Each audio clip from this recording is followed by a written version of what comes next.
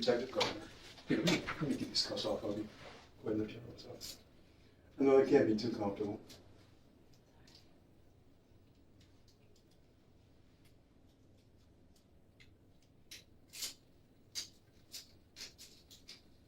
There we go. A little better? Okay. Is your voice okay? I noticed you were whispering a little bit. It's dry. Just dry a little bit. The water will help a lot.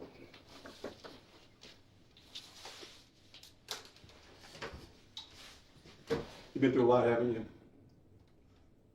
you? Words can't describe what you're dealing with. Okay. You need to understand something. I'm going to ask you some questions. We want to talk about some of the things that happened, okay? You good with that? Right. Do you remember your rights? You read your rights, you signed your waiver. You still willing to talk to me? Okay. So water good? All right. You sure you're not hungry? Yeah. So I can get you a bagel. No, fine. Okay. All right. Teresa, a lot of things have happened over the past few weeks, past few months, that, I'm very sure that you probably had no idea what was going on. Right? Right. A lot of things happen. That's okay, that's okay. You know what? You're dealing with a lot. If you need to cry, you cry. Don't hold it in. You just let it out. I expect you to cry. Okay? What are you feeling right now? Scared. Scared? What are you afraid of? I miss my daughter. I know you do. And you know what? Your daughter misses you. Your daughter misses you, Teresa. She's probably wondering what's going on with her mom. Where's my mom? I can't talk to her. I miss her.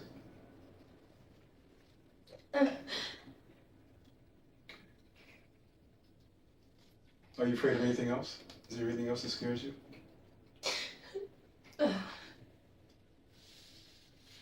Anything bothering you at all? Now, I know you had a lot of time to sit around and think. In that comfortable cell down there? And we know it's not very comfortable. Some of the things going through your mind, how did I get here? How did all this happen to me?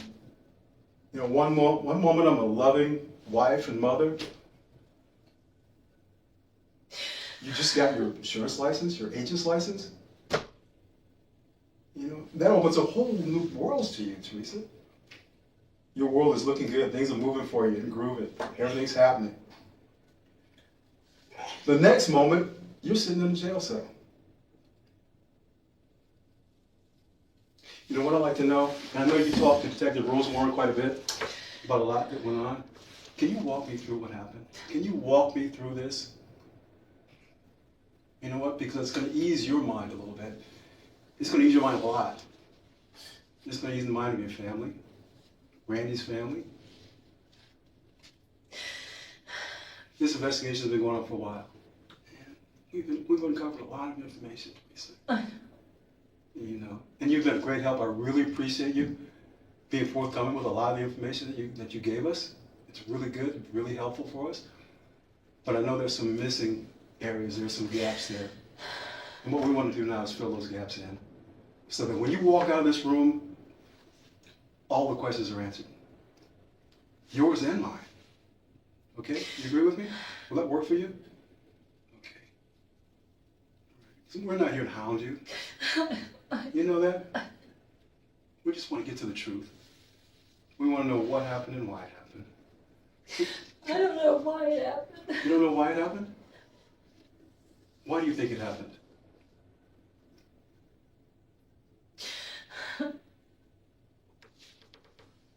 I guess because he was desperate. He who? David Love. Was desperate for what? Me. I mean, I knew he loved me, but I never expected him to do anything like this.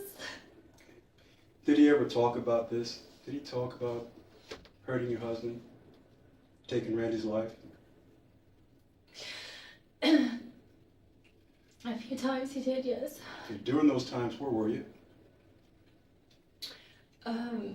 Probably in the car, talking to him on the phone. You were in his car or you were in your car? On mine. And you guys were on the cell phone? And you were talking about, how was the conversation? Well, sorry. It's okay, drink as much as you like.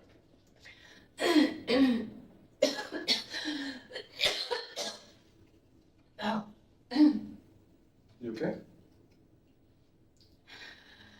Oh, I have something stuck in my throat.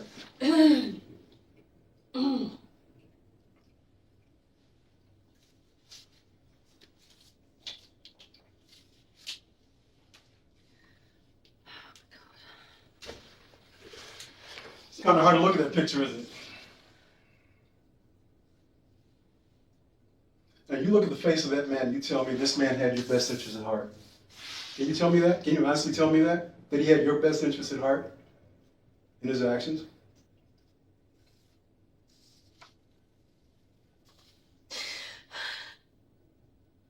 Who do you think he was trying to serve? Please. Himself. Himself. He didn't give one thought about Teresa Stone. I know that now. All the stuff he told me. The stuff he told you, like what? That he loved me and that he would take care of me. I just don't understand. Did you believe him? Yeah. Sure he did. You thought, this guy's a preacher, he leads a congregation. Sure, what he says has got to be true. He's speaking from the Bible.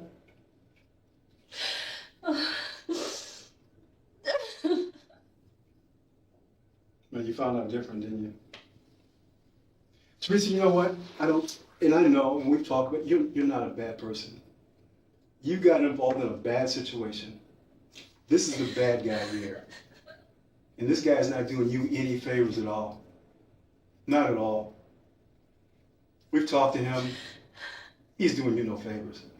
And you thought he loved you? You thought he cared for you?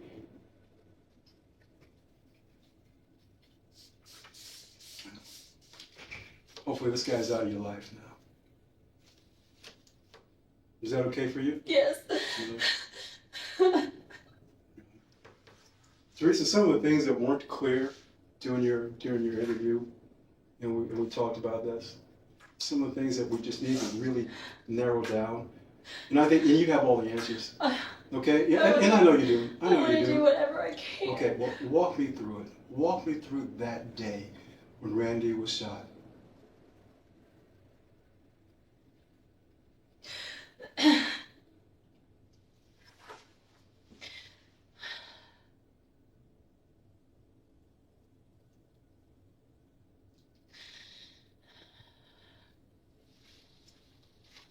Normal work day?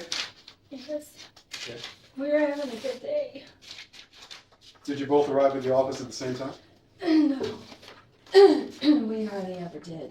Because Okay. I would take my daughter to school and then I would go into work. And he would come in anywhere between 9:30 and 10. Because he would stay home and work out. What time did you go to the office? I usually got there about 7:45 in the morning. I usually work from 7:45 to 3. Okay. He got there a little later? Yeah, he got there about 9:30. Did you guys talk about much? What was going to go on that day? Anything different that you were going to do? Any plans you were going to make or had made? No, I mean, I had a chiropractor appointment. Then I had to pick Rand up at 3. And I was supposed to take her home and come back to the office by 4:30 because we were going to work late. Mm-hmm. We had 2 people that were coming in at 5 and 6. Who was that? The person that was supposed to come in at 5 was, her name was Levita Brandon. She's a client of ours, Mm-hmm. and she sells perfume and cologne, and I had ordered some from her. I'd ordered some from her, and so she was just gonna bring it to me. We did have an appointment come in at 11. We wrote up a homeowner's policy.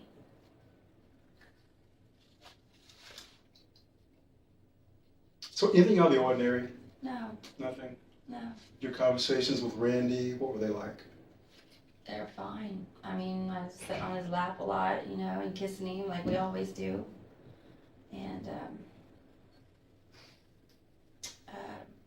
we were talking about our vacation, our trip that we were getting ready to take. He had ordered some tickets for my son and his girlfriend to go to a concert in August. And he was just checking on concert tickets. We kind of looked at that together on the computer, and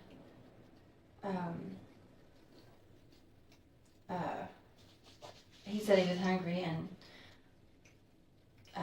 I said,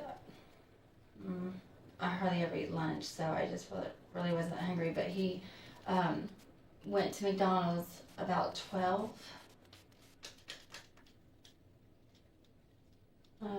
Yeah, it was around 12:30. He went to McDonald's and came back, and we ate at his desk. And about that time, it was time for me to go to my appointment. I had a chiropractic appointment at 2. Mm-hmm. So, but I also had to go to the bank because I had to deposit our checks. Which bank did you go to? U.S. Bank. Did you go to any other banks that day at all?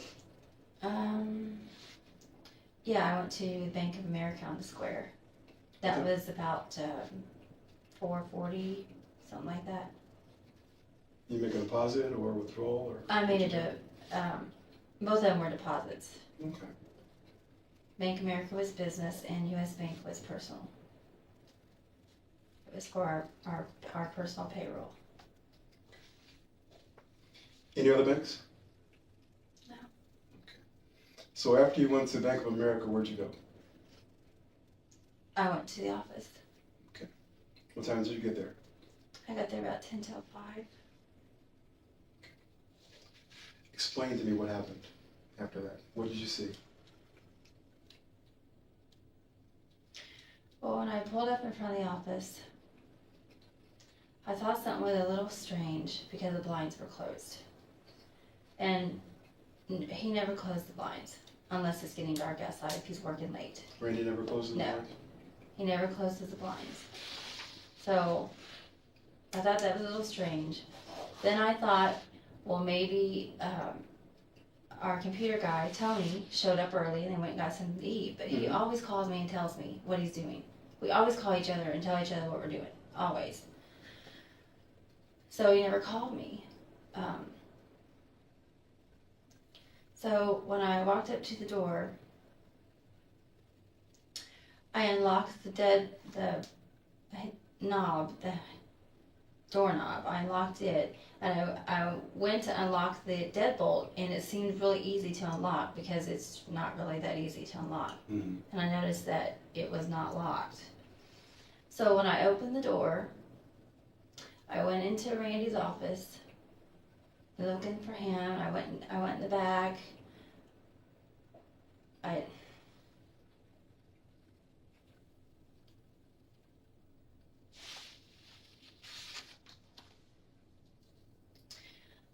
walked in my office. So I'm lying on the floor.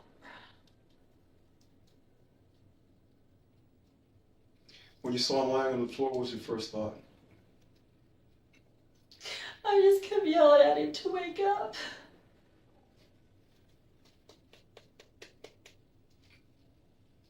You knew something bad had happened, didn't you?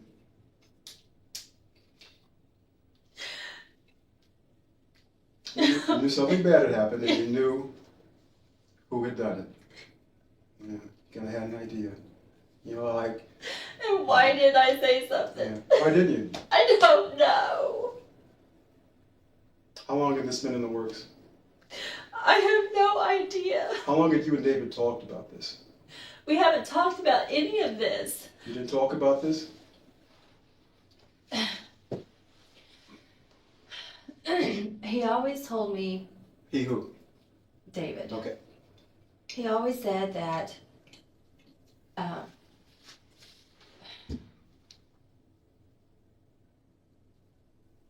he always said that he could take care of our spouses if, if I wanted him to. And I kept saying, no, you're not doing anything. So when he said take care of, what do you think that meant? Just say it. Hurt him, I guess. I mean, what else would I think? Hurt them, take their lives. Yeah, that's what I kept telling him. He talked about killing Randy, your husband, and his wife. Yes. And why would he do that? Why would he want to kill two people? To have me, I guess. To have you? He wanted you that badly. I guess. How about you? Did you want him? No. Did you want him that badly? No. You guys have been together for how long? You and David? About 10 years. Your relationship, your extramarital relationship with David lasted about 10 years. Yeah. Okay. It got stronger as the years went on. So it started off as what type Just of relationship? like, close friends, good friends, Then it grew to what? Sexual. Okay, now you say it got lust. stronger. Sexual lust, and it got stronger. Okay, what's stronger than that? Love. Love. So you guys fell in love. Yeah. Okay, for that 10-year period when you carried on the extramarital relationship with the minister of that church, David Love, you guys fell in love. And you started talking about getting rid of your spouses. Well, I never talked about it. But you listened to him. I did. And you entertained his ideas. I kept telling him, I told him over and over and over and over and over again, David, you know this is not right. You cannot do this. This is not what God wants. You need to just leave it alone and leave it in God's hands. If God wants them out of our lives, He will take them out of our lives. And he always told me that I was the stronger one. He always told me that I was the stronger one and that I was doing what was right. So if that's the case, he's supposed to be the pastor. Right. And I tried to break it off twice. And why couldn't you break it off with him? Because he wouldn't leave me alone. He kept coming back? He just kept calling me and calling me and texting me and texting me and calling me and calling me. And I just got tired of it.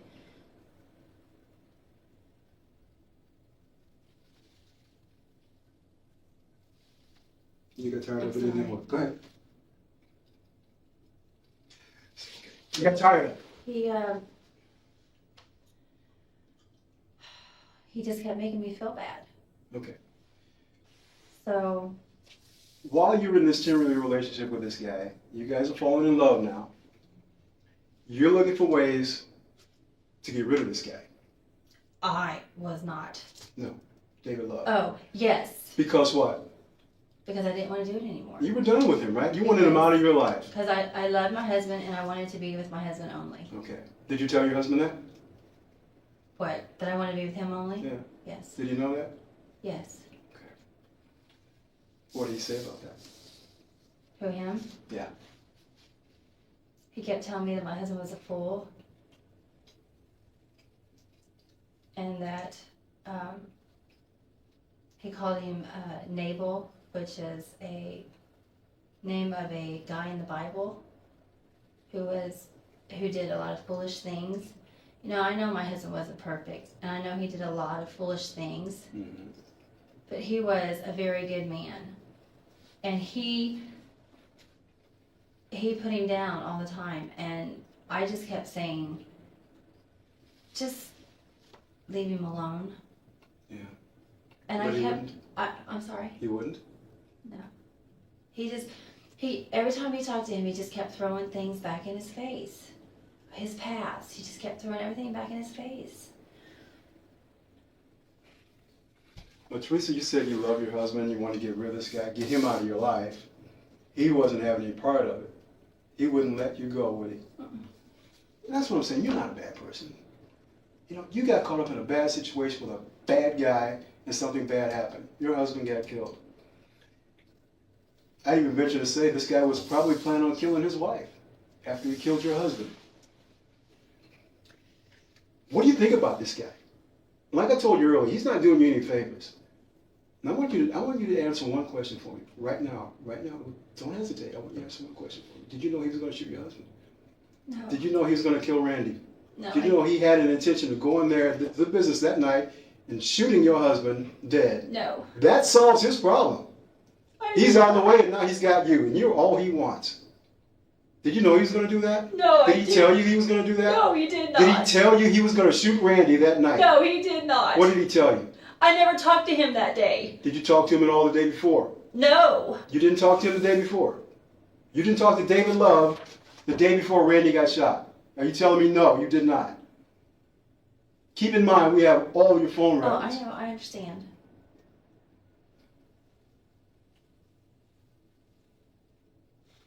Teresa.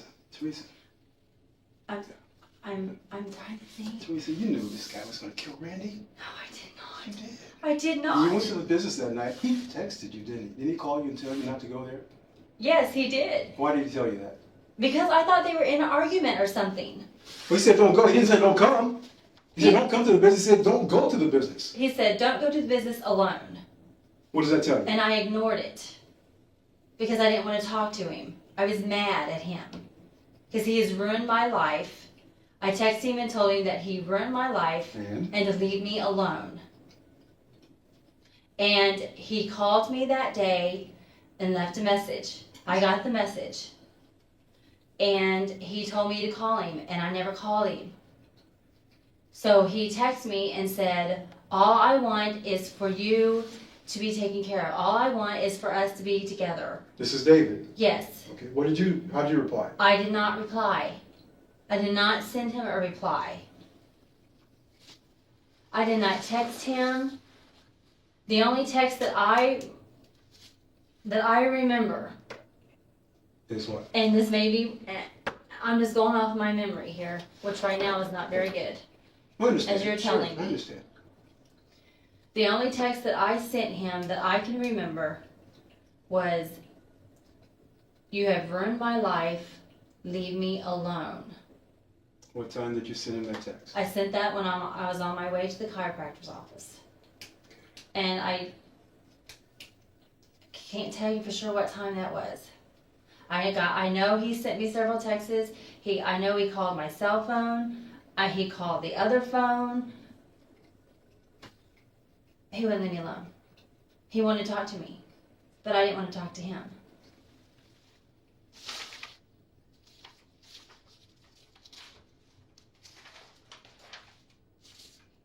This is the man that writes this to you. I know. You are precious to my heart. Mm-hmm. And you're telling me that he hasn't said anything. No, I told you we've talked to him. And I told you he's not doing you any favors. But the one thing we need from you, Teresa, and I'm going to tell you, we need this from you. Okay? You say you're on board, you want to do anything you can do. Now's your chance to help not only your family, Randy's family, but to help yourself too. Okay?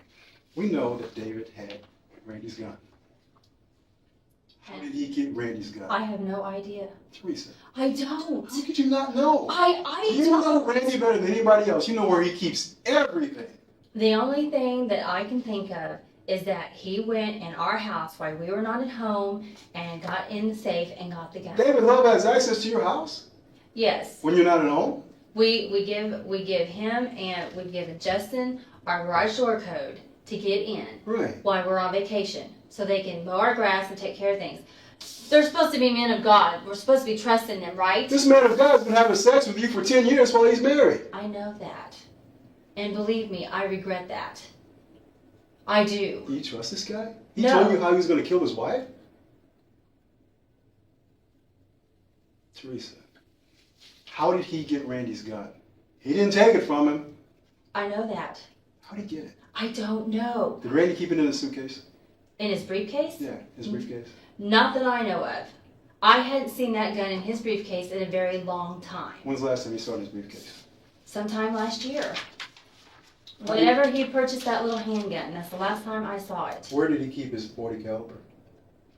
Which one is that? The Glock. Where did he keep the Glock? Oh. Well, when he had it, he kept it. I'm sorry? Where did he keep the Glock? When he had it, he kept it in his briefcase. And when he got home, he would take it out of his briefcase and put it under his bed. Okay, so you saw it in his briefcase? Yes. Recently? No. This was last year, before he bought the handgun. And you hadn't seen the... I have not seen that Glock in a long time. And I am telling you the honest truth. I have not seen it.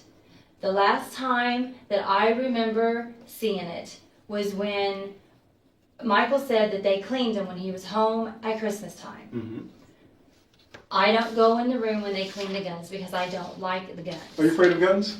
I just don't like them. I am. I have shot one time, and I don't like it. It scares me. It jerks me, and it scares me, and I don't like it. When was the last time you shot one? Whenever all of us were out of my parents' house, I don't even remember. Kind of target shooting? Yes, that's all we were doing. He even had my daughter shoot. You're pretty good? No. No? I'm horrible. Are you a typical woman? I am. You can't shoot a gun? I cannot. Okay. And I'm being honest with you. I am trying to help you. I seriously am. Because I had nothing to do with this. I did not know he was going to kill my husband.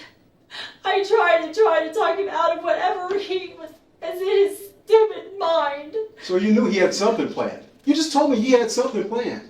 And I think you knew that something was killing Randy. So you're trying to talk him out of it. Talking him out of it, did it do any good?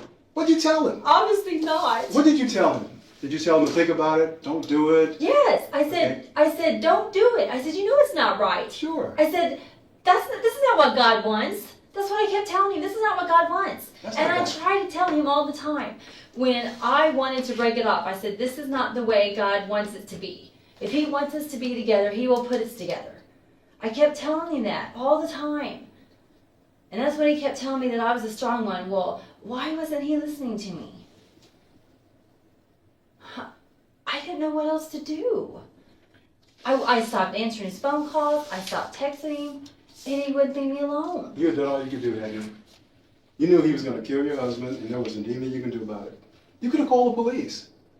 You could have called Randy. Hey, Randy, this guy's nuts. He's on his way to hurt you. I don't know what's going to happen. I didn't. Why didn't you do that? You could have warned Randy.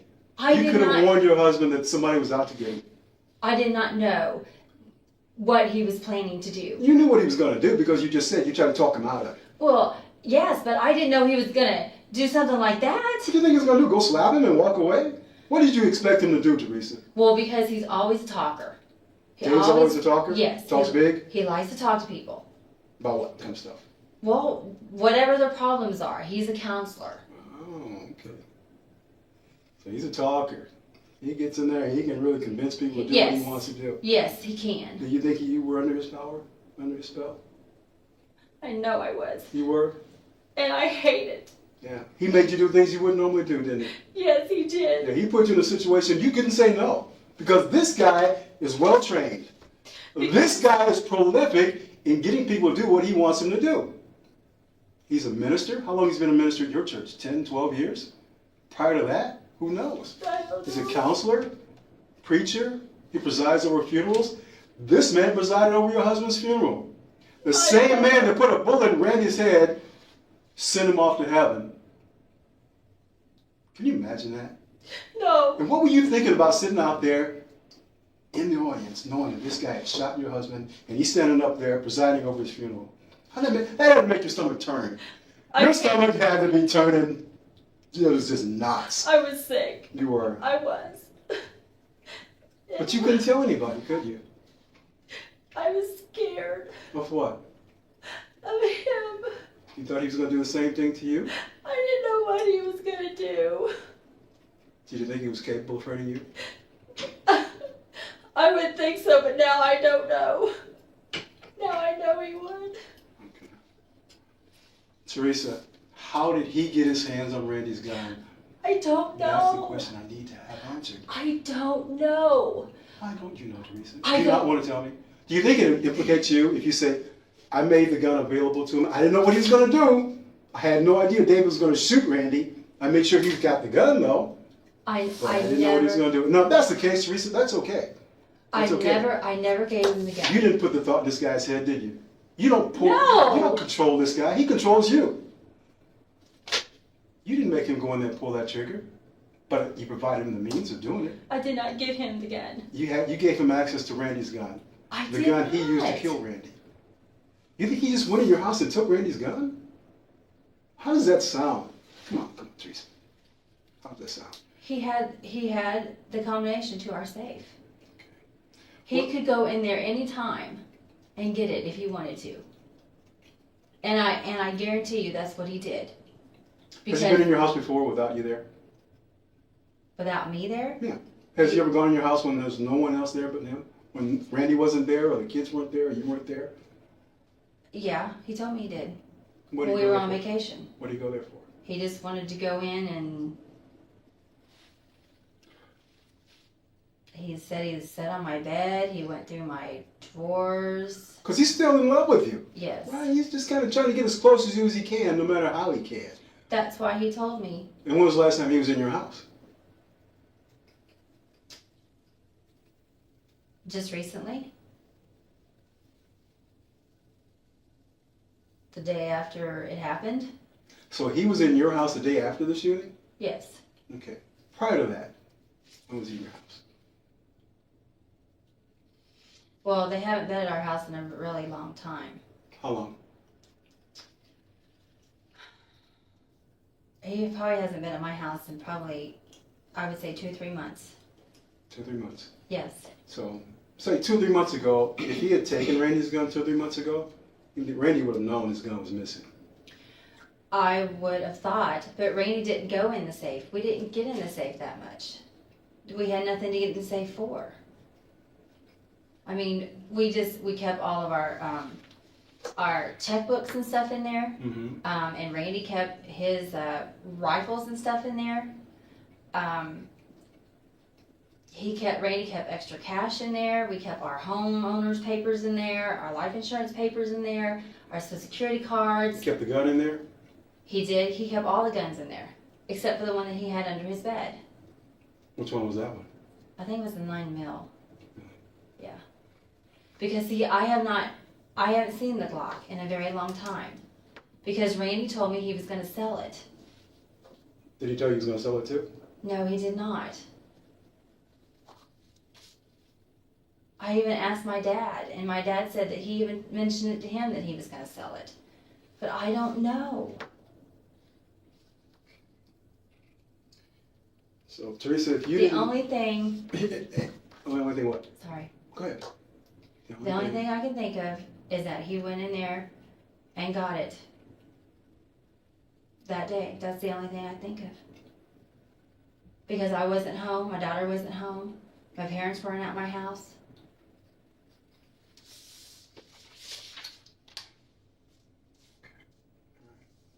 So because he had the combination to the safe. And you gave it to him? Well, I was down there one time with him when I was getting into it. When you were getting into the safe? Yeah. So you gave him the combination to the safe? Well, he watched me open it, so yeah, I guess I did. He was standing right there while you were opening the safe? Mm-hmm. So you gave him the combination to the safe? Pretty much. Yeah.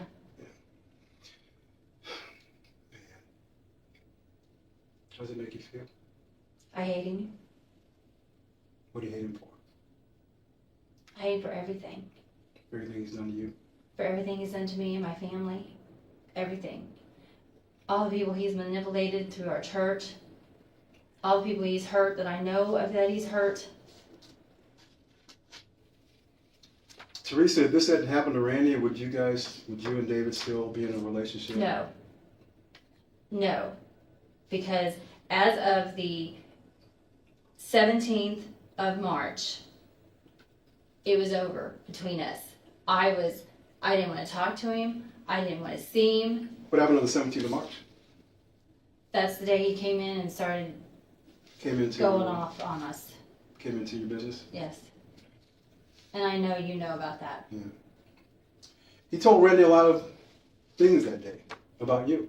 Yeah. Were you getting a good picture of who this guy was then? where you really begin to see who he was, who David Love was. Yeah, he was trying to ruin my life. He was trying to ruin your life. You said, this guy told you that God wants you guys to be together, and you said if God wants us to be together, it'll happen. In his mind, maybe he's thinking that killing David was God's plan. You mean killing Randy? Killing Randy was God's plan. In his mind. You think he's thinking that? I don't see how he could think that. Well, you said that David talked to you a couple times about killing his own wife and described how he's going to do it. Break her neck, roll her car, make it look like an accident. And then he would say, well, I need to get that on my mind because... Not too late, you already put it out there. And you knew that. It's already out there. You can't pull it back now. I just said... You even told, I know in your statement you said that David Love talked about David in the Bible, killing people, and how God forgave him. Mm-hmm. He always used that as an scapegoat. And the scapegoat? A cop-out. That it would be right for him to do it. Mm-hmm. And that's what I said. And that's when I kept telling him. That was in the Bible days. That is not right. This is not right. So you can't do this. So you thought when he was talking about, hey, I can kill Randy and get away with it and God will forgive me because he wants us to be together. I think maybe he even convinced you of that. He convinced you that it was okay. It was God's mind and God's plan that if we get rid of Randy, we can be together. And this is God's plan and this is okay. No, he never. Did he convince you of that? Were you thinking that, well, maybe David's right. He's the minister. No, He's the pastor. No. I love him. He loves me. But his love was stronger for me than my love was stronger for him. Your love was strong enough for him to work up a plan for him to get rid of Randy. To entertain his thoughts and his plans of killing his wife. And That's how strong your love was for him. And then when he pulled it off, you're probably going to make it, I can't believe he did this. I cannot believe this happened. You walk in there, you see your husband laying on the ground, blood coming out of his ear. You immediately knew that David had done it. I know you did. I was so stupid for not calling the police and telling them. Well, and you should have. But you know what? You can't go back and fix that. No, I can't. Can I? The only thing you can fix is from this moment on, telling the truth. Just being totally honest. I Don't be am. yourself. I am. Teresa, you're not being totally honest. Why are you holding it back? I'm not Why are holding you back holding anything. information that you know you want to just talk about? Are you waiting for a better time, a better opportunity? What do you want me to say? I want you to tell me how you and David planned to kill Randy. I did not plan anything to kill my How husband. you entertained David's thoughts and his rantings and ravings about taking your husband's life. You listened to him. I never. You probably sat there listening to him. I can't believe this guy is saying this about killing my husband. That's all That's I what did you said. was listen. You just listened. And I kept telling him, I said, you cannot do this. This is not right. Yeah. Did you ever say, well, if you want to do it, here's the time to do it? No. Here's the best place to do it? Never. Here's what you need to do it with? No. You never did. No. You never told him to go in there at a certain time of You give me a stack of Bibles and I day. will swear. A stack of Bibles. And I you will will swear on and that stack I of don't Bibles. swear. You don't swear, but you'll swear on a stack of Bibles that you did not have anything to do with this guy planning your husband's death. No, I did not. And you think God's going to say, okay, you're right. Teresa, I know your heart. Yes, he does. You're forgiven for all these things that you've done. Is God going to tell you that? God will forgive me, but God knows my heart, and he knows that I'm telling the truth. You're exactly right. God does know your heart. Yes, he does. And who do you pray to? I pray to God. Who do you ask for forgiveness from? God. Who do you ask for repentance from? God. Who do you have faith in? God.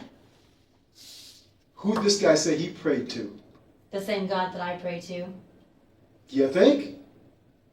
You think he did? Are you guys sharing the same God? Teresa. I thought we were. Teresa, I need for you to be honest with me. I am being honest with you. I am pouring my heart out to I think you think we're here to hurt you, and we're not. No. We're not. I know that. I don't know how he got my husband's gun. I honestly do not know. That's why he told me at the scene that Randy sold it 3 months ago, and I didn't didn't really think of what he was saying at the time because I was not thinking straight. He told you that Randy sold the gun 3 months ago, or he told you to tell the police that Randy sold it 3 months ago? He told me to tell the police that Randy sold his gun 3 months ago. Why did you do that if you didn't know that to be a fact, a true fact? I didn't know. I haven't seen the gun in a long time, so So you took his word for it? The man who you say stole your husband's gun? I knew that wasn't true. Okay. So why did you tell the police that? I told the police what he told me. You told the police what he told you to tell? Yes. What he wanted them to hear? Exactly. And you're okay with that? No, I'm not okay with that. Don't you know by telling the police that you helped him cover up the murder of your husband? I did not. Teresa, you just did. When you told the police a lie, and you knew this guy was lying because you had no idea if he was telling the truth or not. I don't know why I covered Why up did for you him. do it? Why did I cover up for him? I don't know. Oh, man. Because I'm stupid, that's why. You're not stupid. Yes, Like I said, you just made a am. mistake. You just made a bad choice and a bad decision. But you can turn those bad choices and decisions around right now by telling us the exact truth. This guy had Randy's gun. I don't know how he got it. How else would he have gotten it, Teresa? I just told you. I know what you told me. I know what you told me, Teresa. I am honest. I am being honest with you. I am being dead honest with you. If God was sitting right here in this chair right now, right this moment, and you said you had no idea how this man got your husband's gun. I would look at him in the face and I would tell him exactly those same words. What's he going to say? He's going to say, "You're right, Teresa." Teresa, like, we're not trying to jam you up. I know you're not. And I'll tell you what. I am trying to be honest with you. I understand that. And I cannot believe. Come on. This is your chance, Teresa, to talk. Okay? I don't touch guns. I don't like them. You know what? You didn't have to touch it. Maybe you just moved it. Maybe you left it someplace. No. Maybe, hey, let me throw this at you. And I could be totally wrong. Tell me if I'm wrong. Randy brings his gun to work in that briefcase. Okay, you're in the briefcase because you want to take the gun out. You say, well, I'm looking for an Avon book or something. And Randy, why would he have an Avon book in his briefcase? I don't know. Well, listen, hear me out. His gun's in there. You take it out. You take it outside. Maybe you lay it by the bush or you lay it somewhere in the front entryway where if someone happened to come into the room, they could find it. Or come to shoot Randy, they would know where to get the gun. This is just a theory. This is out of my own head. How real is that? It is not real. At all. Not at all. No, it is a lie. Well, what happened? The gun was not in his briefcase. He had not carried that gun in his briefcase for a long time. Ever since he bought the small one, he stopped carrying the big one. Was it too heavy? He didn't like it because he couldn't carry it in his pocket. He wanted something that he could carry in his pant pocket or in his coat pocket. So he stopped carrying the big one and got him a little one. And I cannot tell you when he stopped carrying the big one. I haven't seen that Glock in a long time. The last time that I remember seeing it was at Christmas time when they were cleaning the guns on the bed, my son and my husband both. That's the last time I saw it. We were gone, and I can't even tell you when the last time Randy got into the safe. Mm-hmm. I cannot tell you that. I wish I could, but I can't. Because I don't know if the gun was in there or not.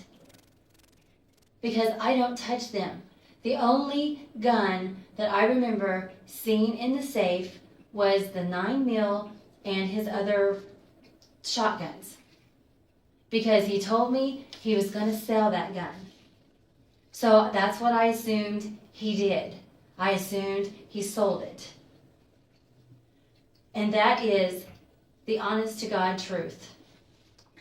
I am trying to help you. I am. And I appreciate that. I really do. I am trying to help you. Because this was a tough time for you. This man has ruined my life. Because you're a victim here, too. You understand that? In some aspects, you're a victim of David. And I'm an idiot. Well, no.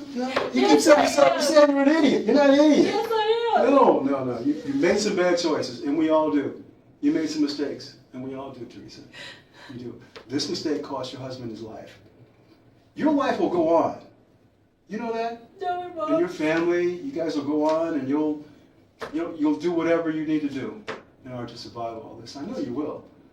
I know you will. Because you've got great faith, don't you? I miss my husband I know really you do. bad. And he didn't have to die. Randy died for nothing, man. Randy died needlessly. A good man. Loved his wife, loves his family, loved his church.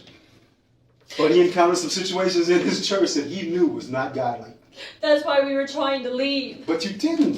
He wouldn't let us. How could he have that much control over a man and a woman in his household that he can not leave a church? We did leave. We left and visited another church. Okay. And then that's when he came into our office and started throwing all this guilt stuff on my husband. He kept telling him that he had pride and that he was bringing up all this past and all that stuff. And I kept asking him to leave. And he wouldn't leave. Wouldn't leave. No, he wouldn't. He felt like telling Randy all the bad things that you've done in your Yes. life. And you took it. You just let him tell him. Just let him just say whatever you wanted to say. You had no defense for yourself at all? I told Randy when he's mentioned something about Matt Bruner, I told him what happened. Right. I didn't tell him everything. Would you have told him had that not come up? Would I have told Randy? Yeah, would you have told Randy if David hadn't mentioned it? Probably not. Because we were trying to start a new life. We were trying to move on from a different church. We were trying to put all of that stuff behind us and move on as a new family. But you know, confession and repentance is key to your relationship with God. I know. But you were going to hold that in. You weren't going to confess that. And that was going to be a sin that was going to continue to eat at you. How would you survive that? You would have dealt with it, right? You would have dealt with it. You do. You do. And I know you're a godly woman. Right now I feel like... Like what? I feel like a piece of dirt on the floor. Is that what God sees you as, a piece of dirt on the floor? No, he How does sees me God as see you? his child. He sees you as what? His child. He sees you as his child. It's the child he loved from the day she was born. Yes, the child that he loved before she was conceived. That's how God sees you. And you know that. And you know that for a fact. And even knowing that, Teresa, you sit here, you even know that. And you're still holding back. I am not holding anything back. I promise you. Teresa, have you confessed all this to God? I have. What do you think I've been doing down there? I don't know. I don't know. I have been praying the whole time I've been in there. Okay, and you know he knows your heart. Yes, And he knows know. what happened. He knows the situation. I know he knows. He knows everything. And he knows how you planned this with David Love. I did not plan anything with David Love. Never. I did not plan it. I did not want this to happen. This was not supposed to happen. God was supposed to be in control of this, not him. God was not going to let Randy die, was he? No, and I didn't want him to die. So what did you want to happen? I wanted to start over. That's what we were trying to do, start over our lives. But he would not leave me alone. He would not leave me alone. So after this man killed your husband, you continued to talk to him. He was at my house. What was I supposed to say? You killed my husband, I'm calling the police. I should. Why didn't you? I was scared. Teresa, why didn't you? I was scared. I didn't know what he would do. You knew what he had done, and you thought he was going to maybe do the same thing to you. I didn't know what he would do. Okay. Teresa, I'll tell you what, I'm going to, like I said, we really want you to work through this. And be honest with us. I am. I've got somebody I want you to talk to, okay? I've got somebody I really want you to talk to, somebody you know, somebody I know you trust. And I really hope that, in your heart, deep down your heart and deep down your soul, you're able to just come clean with all this stuff. And I know there's some things, I know you're saying you've told and you've talked, but there's still more. There's still more to this. There isn't. Okay. Go ahead and drink some of your water. And I'll get you some Kleenex. Right back.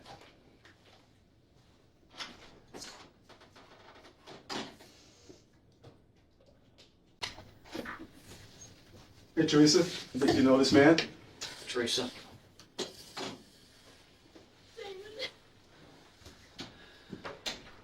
Things ain't good, Teresa. They're not good at all. Okay? I did. Listen to me, Teresa. Things are not good. And you're here today because you need to worry about you, Michael, and Miranda. That's what you're here to worry about today. Okay? You're not telling the whole truth. Listen to me. Teresa, there's more that you know that you have not told. It's time to tell it, okay? If you don't, you're hurting yourself. This is not about anybody but you. You understand what I'm saying, Teresa? I do. I'm serious. We've known each other a long time. I know. Okay.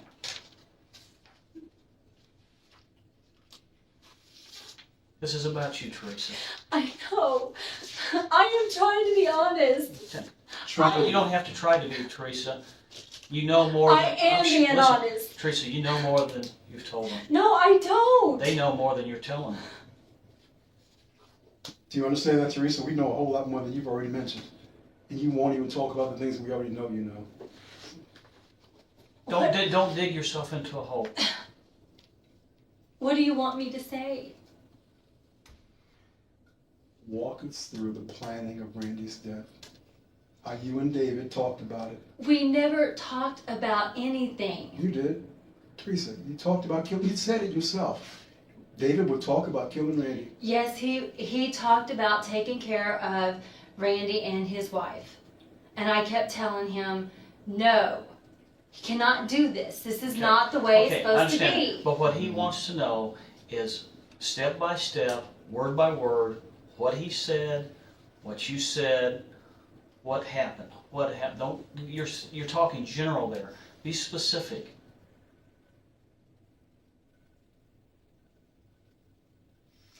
He told me that he could take care of it.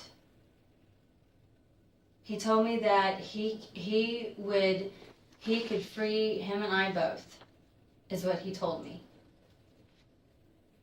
And I kept telling him, I told him, I said, no, you're not. Did you ever ask him how he would do it? No. Did you ever ask him how he could do it? He never told me, well, he did tell me. He did tell me, he said 1 shot to the head and he would be gone. One shot to the head, he'd be gone. Mm-hmm. What'd you say after that? I said, no, you're not going to shoot my husband. Did he say 1 shot to the head and he'll be gone, but I don't have a gun? I don't have a weapon. No. And you said, He. I've got one. No. I can get one for you. No, I did can put not. one in your hand. No, I did not. What did you say? I never said anything. What'd you say? He's the one that said he could get a gun. He's the one that said he could get one.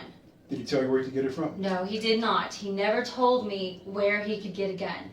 And I never told him anything. Because about guns. I don't like guns. I don't want anything to do with them. He's the one that told me he could get a gun. He knew you had a gun in the safe. That's what I'm trying to tell you. What are you trying to tell me? I told you earlier. He had a way to get into our house. Nobody was home. So you thought he was talking about stealing Randy's gun to shoot Randy in the head? I didn't know what he was thinking. But he knew Randy's guns were in there because Randy had taken him downstairs several times and showed him his guns. And David was, of course, looking over your shoulder as you were getting into the safe, so he knew the combination to the safe. Yes. Therefore giving him access to Randy's guns. Which you well knew. You see this puzzle we're piecing together, Teresa?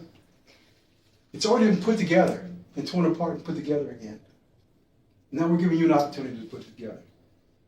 Opportunity for you to tell your side, the truth, because that's what people's going to hear. That's who's going to decide your future is the truth. Anything less than that's not going to help you at all. Okay? I did not. Understand that. We're not saying that you did. That you just need to tell what you know from the beginning, step by step. That's what you have to say. And I'm not going to tell anybody. I haven't said anything to anybody about anything. I never will. No. It's for you. It's your time to tell what you know. It's not going to go away. It is not going to get any better. And the only thing that you can do is tell what you know step by step.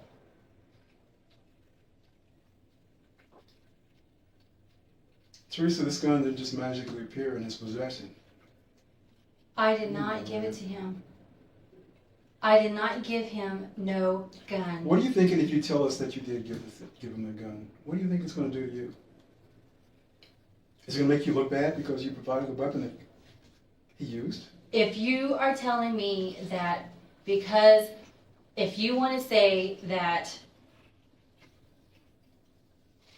he was downstairs, he watched me open the safe, he knew the combination of the safe, he knew where the gun was, if you're saying that that's the way that I That much we know. provided him the gun, That much we know, Teresa. then that is the only way. And that's not the way I'm saying you provided him the gun, though. I never gave him no gun. Never. I am telling the truth, David.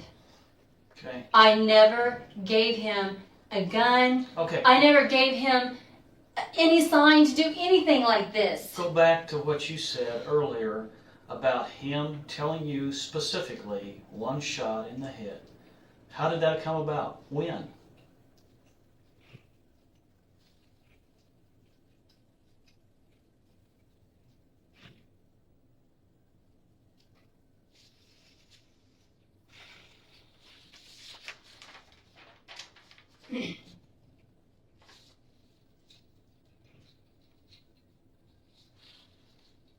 Teresa,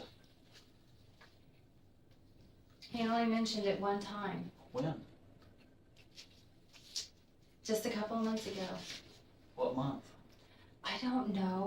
Do you remember what was going on that time of year? You know, was it warm, cold, close to a holiday? No. Where you were at?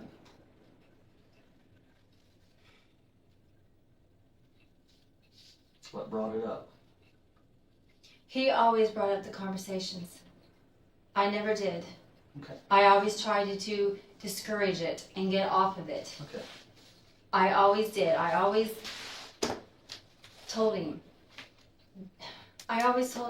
This is not the way it's supposed to be. This is not right. Have you thought Can't about? do Have you this. thought about? You're saying that you just don't know how this happened as far as him getting a gun and stuff. Have you thought, in your own mind, how do you think this happened? Has that crossed your mind since Randy's death? I don't know. I don't know. You've been through a lot. You're gonna be through a lot more. I don't understand. I don't know why he would do it. You said why you would do it. Well, he did it because he wanted me. There you go. Now, But because I stopped talking to him. you made a decision, right? Yes. And he made a decision also, didn't he? He made a decision that if he couldn't have me, nobody could. Okay? And that's why we're here today, is because people made decisions. And today's about a decision for you.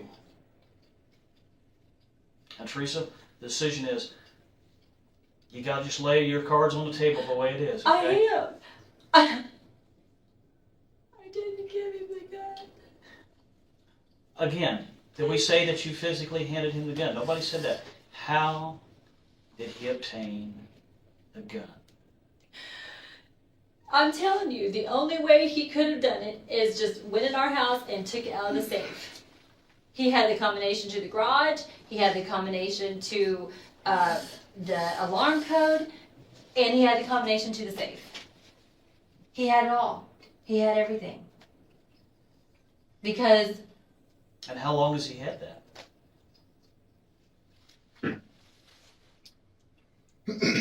probably when we went out of town to Argentina in December. Prior to that, he never had that. No. Because Randy was just having him, take our mail in, our paper, and stuff like that. And take it into your home? Or take it home to No. his home? Take it in, lay it on the, kitchen table.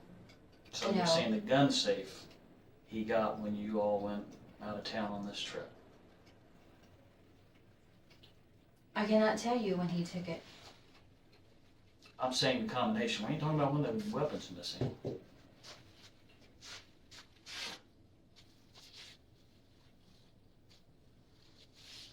Yeah, he could have gone into it then.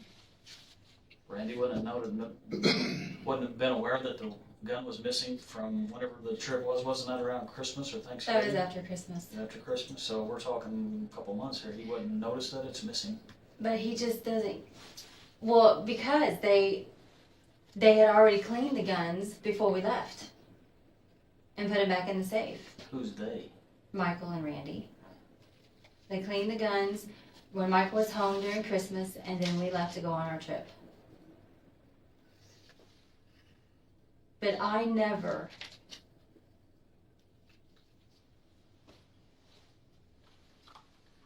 You know more than what you're saying, though, Teresa, and that's the whole point, is there's more information. And some of the things you said have not been the truth. You have not told the detectives, listen to me before you start talking, okay? I don't want you to justify yourself. You do not have to justify yourself to me, okay? I am not setting in judgment of you, Teresa. I am not in any way, shape, or form setting in judgment of you. What I'm telling you is we're talking about what happens from here forward and how that affects you. Because people have already made decisions. You made a decision. David Love made a decision. And this is why we're here today. It's for that reason. And so where we go from here doesn't affect me, Virgil. It affects you. It affects your children. Where do you want to go to from here?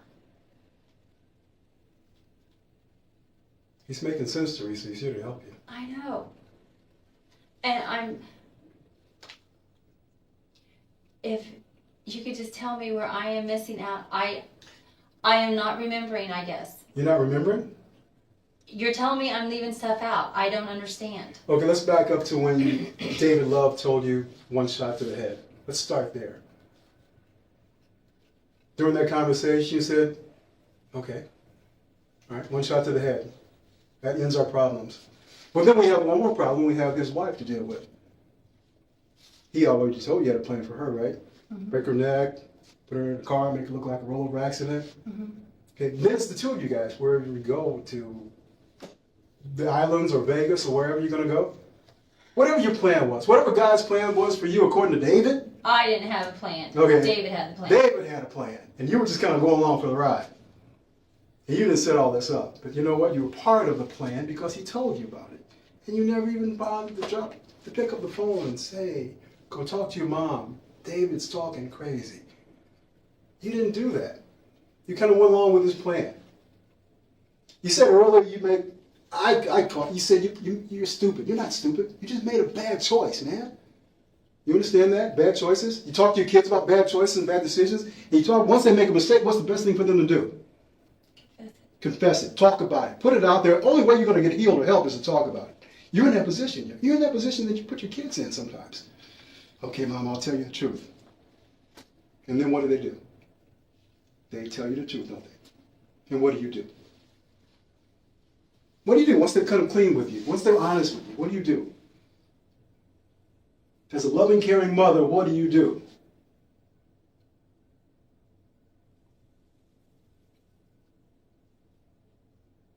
I try to tell them that that's what they should always do.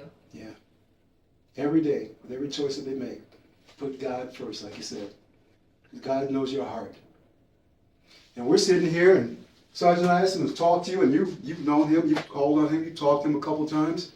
He's told you some things. Today, he's told you things that could help you. And you're still holding on to that sin because you don't want to let it out. You don't want to say, okay, I knew he was going to kill my husband. This is what kind of plan, the way the plan went. I don't think I want to talk about that because it's going to make me look bad, like a bad person. Teresa, you planned this with this guy, David. He told you what he was going to do. And now he carried it out. He did it. He made you accessory to everything he did. You provided him with a gun. You told him what time would be the best time for him to go down there and shoot David. Yes, you did. I did not. You did. You told David, go there in the evening. I did There's not going to be anyone there. You make sure. But he said, no, I've got a funeral to do that day. I don't know if I can get it done. I never said anything. I never talked to him that day. You didn't talk to him that day at all? No phone calls, no phone messages, no texts, no voicemail? He left me a voicemail, and I checked it. And I told you that's the same day that I texted him and told him to leave me alone. He has messed up my life. He wasn't about to leave you alone because he cranked it up a notch, didn't he? He cranked it up a whole lot when he went in there and one shot to the head. That was his plan. He told you about it, and he did it. He executed your husband for no good reason, Teresa, and you're fully aware of it. And the next day he's at your house. And I asked you, why didn't you just pick up the phone and call the police? The man that killed my husband is standing right here in my living room. And you didn't do it because you're scared of him. Teresa, your husband's dead. Your husband's shot in the head in a business he built for him and you and your family. And you could care less about that. No. You could care less because you want to move on with your life. That is not true. Well, you tell me what's true, Teresa. I did not expect him What did you to kill expect? my What husband. did you expect, Teresa? Look at this man. Listen to what he's done to you over the past 10 years. What do you expect him to do? I was trying to get him to leave me alone. You didn't do a good job of it because he didn't leave you alone. If anything, he did something to bring him closer to you. Eliminate the problem for him, which was your husband, Randy. And he did that. I never asked him to kill my husband. You may not have asked him to kill your I husband, never Teresa. said anything to him about killing my husband. But did you say, don't you do that? I You did did. not tell him not I to do did it. too. What'd you tell him? I told him, don't you ever do that. I said, don't do that. I said, you're not, that is not right. You're not thinking What'd you straight. tell him he should do then? What was the alternate plan? I told him to let God deal with it. Let God deal with it? Yes. How? If God wants them out of our lives, He will take them out of our lives. I told him that over and over and over again. I don't know how many times I told him that. And what did he tell you? He said, you're the strong one. He said, yes, I got to get this out of my head. He I told you never- you're the strong one. That's what he always told me. He said, you're the strong one. Is that a position of power that he put you in, or is it a position of power that you earned? I don't know. He told you were the strong one. You told him if God wants those people out of our lives, if God wants your wife dead, He'll kill her. If God wants my husband dead, He'll kill him. And what's David here in all this time? Go ahead and do it, David. I never said that to him, ever. Go ahead and do it, David. Kill Randy and we'll be together. No, What'd you tell him then? nothing. I didn't tell him to do anything. In his mind, he's thinking, okay, David in the Bible did some killing and God forgave him. David in the Bible killed a man whose woman he wanted. He killed Uriah. I know You that. understand that? Yes. Who did he want? He wanted Uriah's wife. Guess what? Here's David, love, not in the Bible, killing a man because he wants his wife. And you're right along with the plan. I was not along with that plan. You didn't do anything to stop it. I didn't know he was going to do it. You had every reason to know he was going to do it, to suspect he was going to do it. What? He told you. He did. He told me what he wanted to do, He told and you I what he told him, no, he And then is the- not doing Did the it. conversation end there? Did you Yes. stop talking about Yes. it? Did you talk about it anymore? No. After that? No more? No. So what did you talk about after that? Did you move on to something else?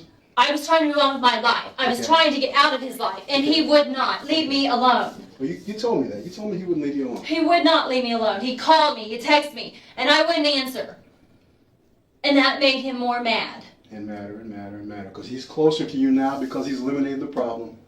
He's eliminated your husband. He's got no reason to believe that you guys can't be together. Only one more person stands in the way. Thank God he got caught. Or his wife would probably be dying too. Do you ever think about that?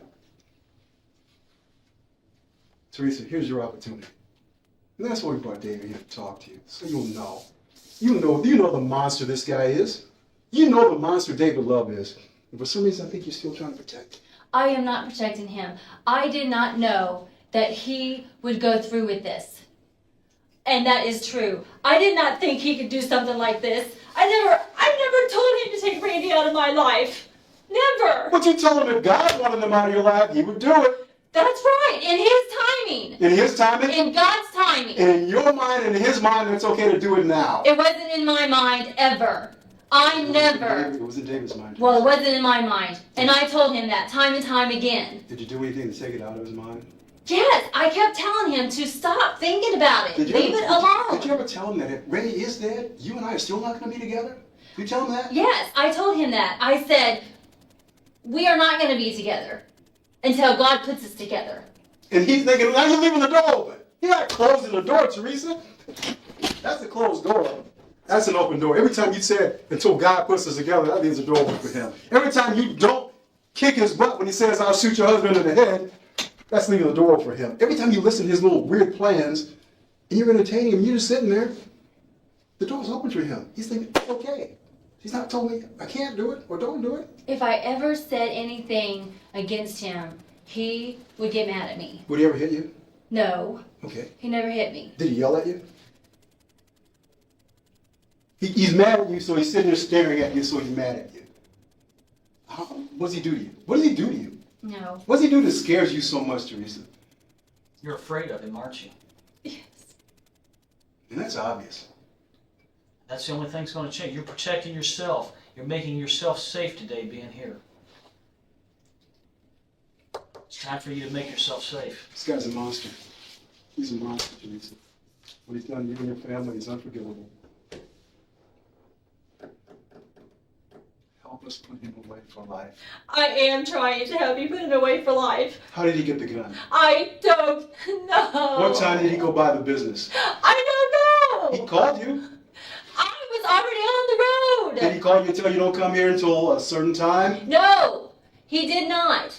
He told me, he texted me and told me, he said, urgent, seriously, do not go to the office by yourself. What car was he driving that day? What car was he driving? Yeah. His car, I guess. Which is what? Silver Buick. Did you see him in it? When he came to the crime scene, yes. They told me he had a funeral, and they told me he was at the hospital. That's what they told me. That's all I know. I never talked to him that day except for listening to a message that he left on the cell phone. That's all. I texted him, he tried to call me, and I wouldn't answer. I texted him and I told him, you're messing up my life, leave me alone. And I never talked to him anymore after that. He tried to call me several times. I think Why should you go to the worry about going to the office alone? Who was you supposed to take with you? I don't know. I was supposed to go to the office.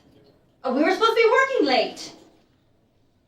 And if you all had this broken up relationship, why is it he coming to tell you at the crime scene what happened to the gun? Why was that important? I don't know. I don't know, David. He had this all planned out and did not tell me anything about it. But you probably surmise a few things. You probably have an idea why it happened.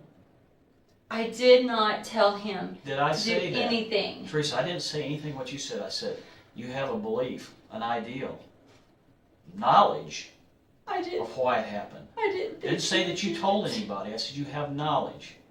Okay? Why would he tell you not to go there by yourself? Who were you supposed to go with? Was you supposed to go there at all? Yes, I was supposed to go there. Why? Because I was working late with Randy. We had an appointment coming in at 5 and one at 6.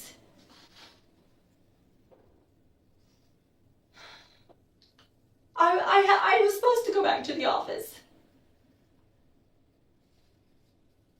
Those were our plans that we talked about that day. Our appointments.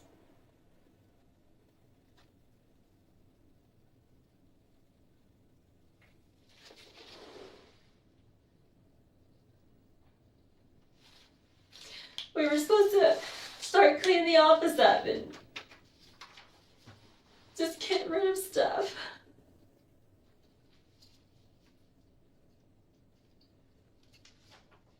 If you're afraid of him, why are you trying to protect him? I am not protecting him at all. I want him out of my life. I just don't understand why he did it.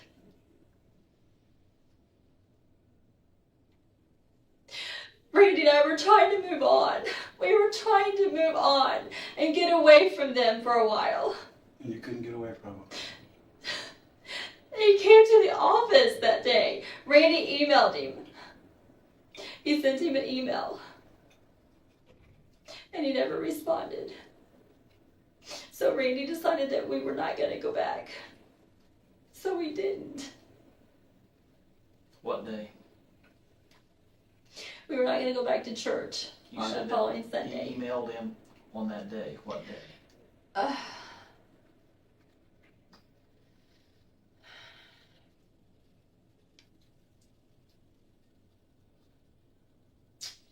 I don't remember the email, or when he sent it. I'm thinking it might have been the Friday before. He emailed him. The Friday before Randy was killed? Yeah.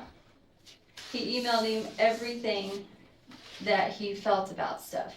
How he felt about the church and stuff like that.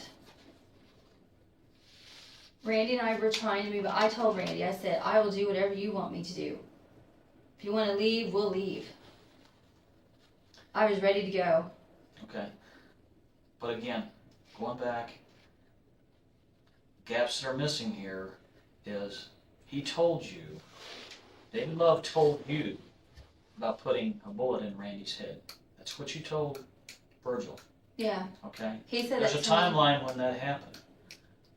There's a time that he got into your house because you guys gave him access and he had the ability to get to the safe. Not saying what you did, we're saying what he did. That's what they're asking here, is what did he do that you know? That's what they're asking, and you're sidestepping most of these questions. I don't know. I don't know when he did it. I don't know when he went in my house. I have no idea. I'm not home during the day. I work.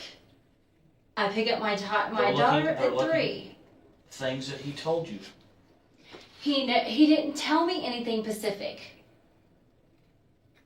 That was the end of our conversation that time. Because I told him I didn't want to talk about it anymore. This was stupid. But again, you didn't say when that was. When was that?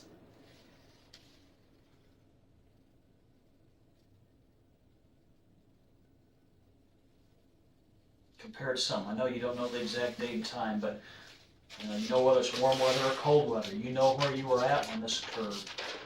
Close to a holiday, close to some other function that you can kind of remember. No, it was just,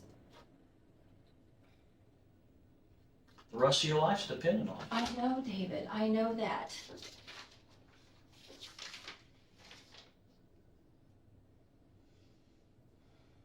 It was just a couple of months ago.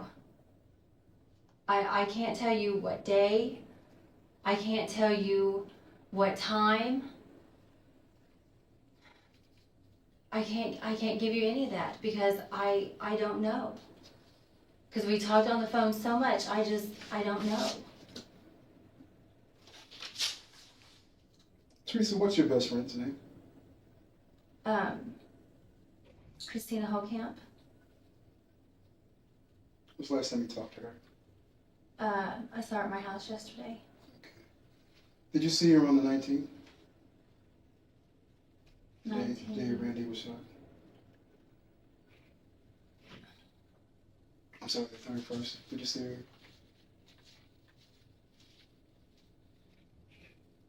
I don't know if I did or not.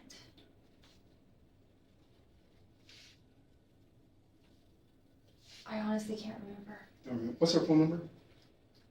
Her home number is 796-6674. 674.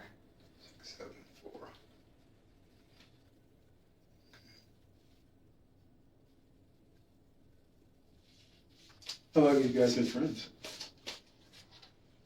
Well, we've known each other since high school. Spent a lot of time together. Well, just recently because they just joined our church again. Okay. So. Her and her husband? Mhm.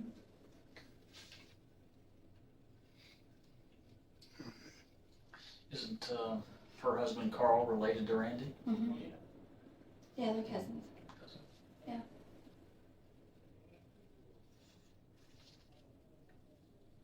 If I knew when he was planning doing all this stuff, I would tell you. I understand. They want to know what you know. I'm telling you what I know. But I did not know he was going to do this.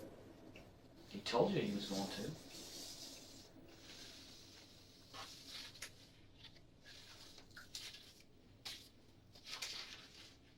He told you he was going to do it, and told you how he was going to do it. And it sounded like a workable plan to you. My question is, who was going to take his wife out? Was that going to be your job? No. I mean, he's taking a lot of responsibility on here. I would never do anything like this. And I don't doubt Never. that. I don't doubt that under the right normal conditions. But you were in a situation where you've been impressed by this guy for 10 years. This guy had a major influence in your life for the past 10 years.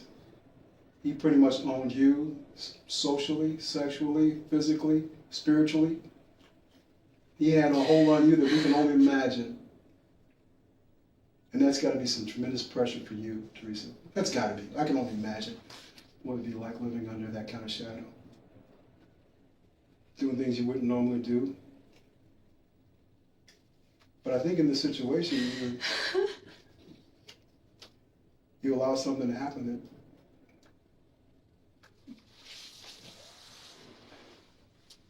Did you... When I asked you earlier about gun, you said you weren't really good with guns, but you shot out of your family's? My parents' house. Okay. And it was Randy's gun that you shot? I don't know which one it was. He just handed me one and said to shoot it. Did you shoot all of his guns? No. I only shot one gun one time. Which one was that? I think it was the 9mm. They asked me that last night. Mm-hmm. Because this was sometime last year. I don't know. And this last time you fired a weapon? That's the first time and the last time. Really? Yes. Okay. Now, here's the situation. Imagine this. For instance, say we brought in a polygraph machine and we set it up and set you up on it and asked you the question, when's the last time you fired a weapon? And you would answer... Sometime last year. Okay, sometime last year. Now, with that machine, would it indicate that you were being honest or dishonest? What do you think? Honest. Why? Because that's the truth. Okay. If I brought the machine in here again, and one of the questions was, did you know David was going to shoot Randy? And your answer would be yes or no. It would be no. It would be no. And how do you think that machine would indicate your truthfulness or your deceptiveness? Truthfulness. It would indicate that you're being truthful? Yes. Okay. Now, if I brought the machine in here again and asked you if you loved Randy, and you would say... Yes. And the machine would indicate that you're being truthful or deceptive? Truthful. And you're sure about that? Yes.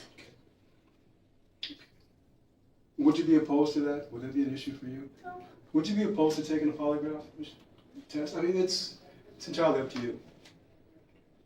Because, I mean, there are a lot of questions Dave and I have been posing to you, and we're just curious about a lot of things. And you understand, we're not thinking you're just being forthcoming with us for whatever reason. And it could be that influence that David has over you. You yourself might not even be able to identify it. Teresa, you understand that? You may not know the power he has over you.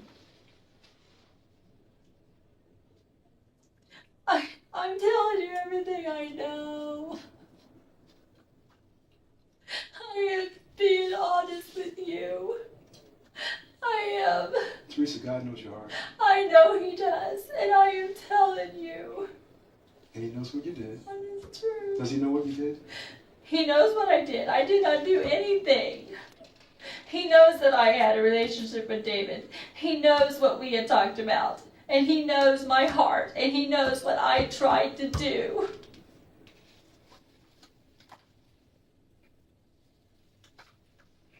And what did you try to do? I tried to tell him to leave it alone. And he wouldn't. What do you think should happen to David? What do you think should happen to David Love?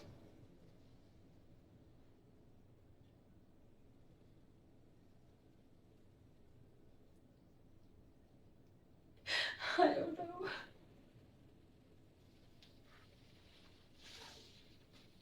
What do you want to happen to him?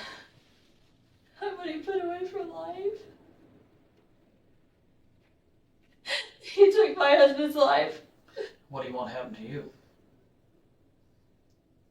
I want to come back to my family. The only person that can do that is you. Nobody else, Teresa. I am telling you the truth. You're not telling all of the truth, I am too. Teresa. I don't understand what you want from for me. What else? I know I'm not missing anything. Please help me if I am. I want to know if I'm forgetting something, but I know I'm not. I never told him to do anything like this.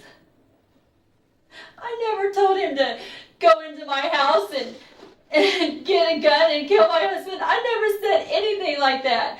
I told him no. No, I didn't want this to happen. I didn't want anything like this to happen.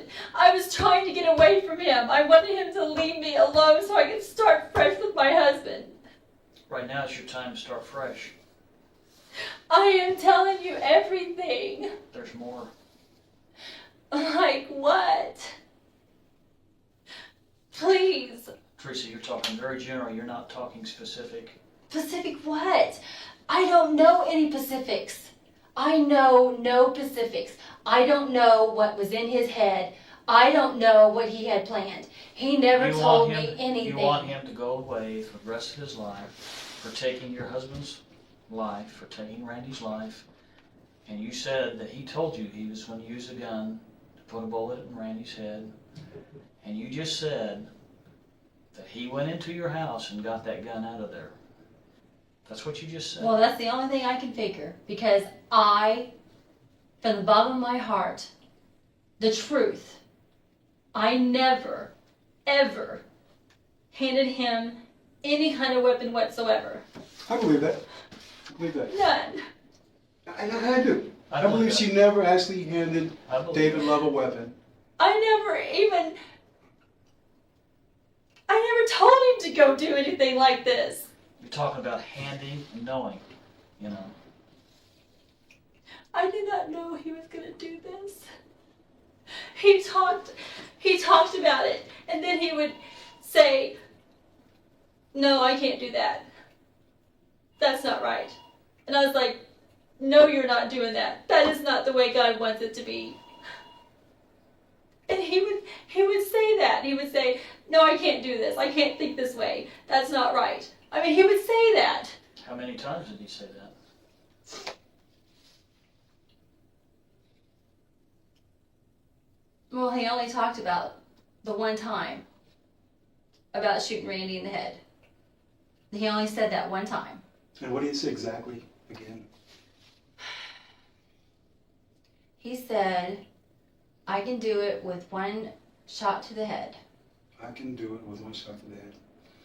He was talking about himself, saying, I can do it with one shot to the head. That's what he said. He didn't say, you can do it with one shot to the head. No. He said, I can do it with one shot. That's what he said. He said, I can do it with one shot to the head. And I said, no, you're not. I said, you will leave him alone and you will stop thinking this stuff. This is not right. That's good. That's good. God is the one that is in control here, not you. I kept telling him that. You are not in control. God is in control. Just leave it alone. I tried to tell him that over and over again. Every time he would say something he would tell me that his wife made him upset or something like that. I think he was trying to get me to say, well, what do you want me to do? But I never would, because I'm not that type of person. Okay. So, okay. Yeah, I need some water. I was just thinking about one thing, though. When I asked you, what do you want to see happen to David? You said, I want to see him put away for life. That's what I said. I think if someone had just shot my wife in her head, had just walked into her business and pulled the trigger, and shot her in the head. Would I like to see him? I'm thinking I would have been so pissed. That's just me. I want to see that's me. I would have been so mad. I would have known exactly what I want to happen to that person. I don't think I would have said, I don't know. Maybe I think you're still trying to cover up for it a little bit. I am not. I want him out of my life. I want him out of my life forever. Okay. How's your water holding up? You good? You good? Yeah. We'll be right back. Teresa.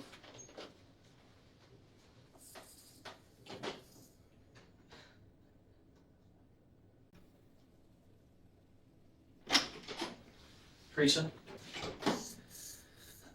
we've known each other a long time. And as I told you earlier, I'm not here to sit in judgment of you. I do not sit in judgment of you, and I will say nothing to nobody that we know about anything that you said or anything that I've learned. But I'm going to be very honest with you because you're not being completely honest. And the reason I say that, look, I'm not calling you a liar, but I know that you've been through a whole lot in your life, especially in the last 10 years. There's been a lot going on. But when you talk about things, you're very general in what you're talking about. You say these overall things, but you talked to detectives last night, and you told them specifically what David Love told you that he did to your husband Randy. At my house. At your house? Yes. When and whoever else was there. Was there somebody else present? In the room with me? Yes. No. Okay. He didn't want anybody in there. Okay.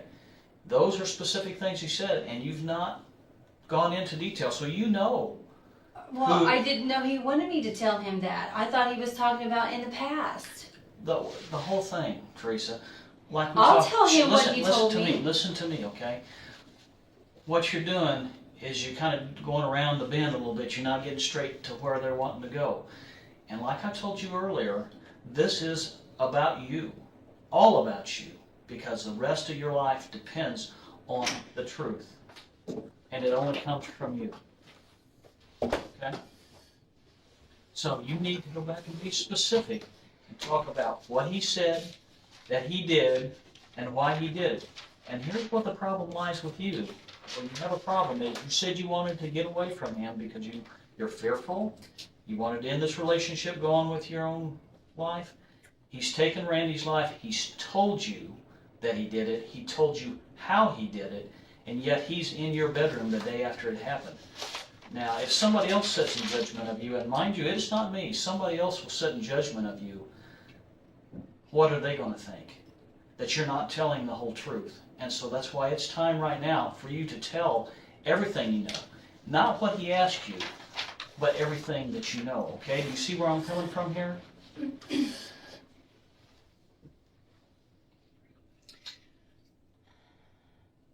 Ready? Yep. Okay. You had a conversation with David Love at your house. And mind you, I didn't want him in my house. We talked earlier. You knew what he had done when he was in your house. You choose not. Okay, that's then. Tell us about the conversation you had with David that night. The night after your husband was killed. In your house.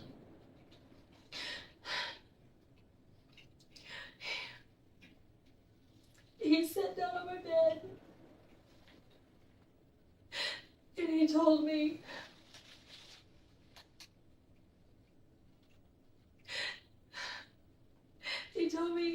that he shot him. Who told you that he shot who? David told me that he had shot Randy. Okay. And that he didn't even look. He just pointed and shot. He said he had on gloves. And he took the gun and threw it 20 miles away. Where? I don't know, he didn't tell me. And I was so mad I didn't ask him.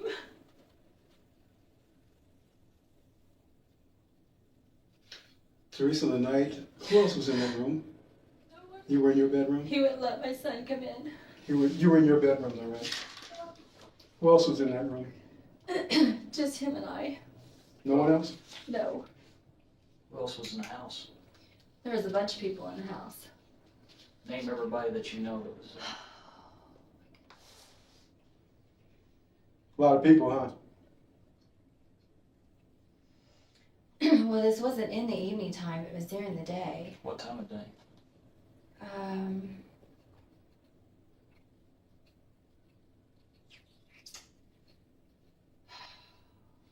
Approximately.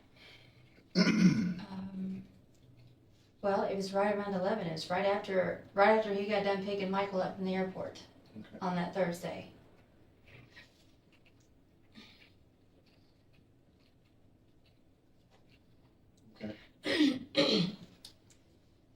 was in the house?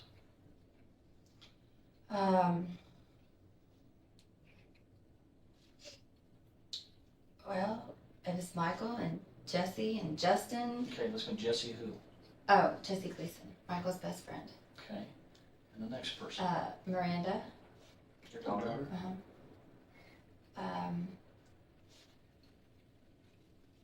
You said Justin. Who's Justin? Justin, our youth pastor at church. And what's his last name? Cruz. Okay. Miranda's boyfriend, Kyle. Kyle what? Cruz. CRU. So is it Devil and Son, Justin's son? No. Different. Different Cruz. Okay.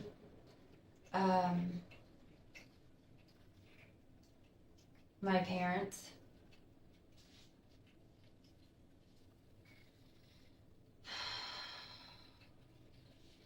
Anybody outside family or friends?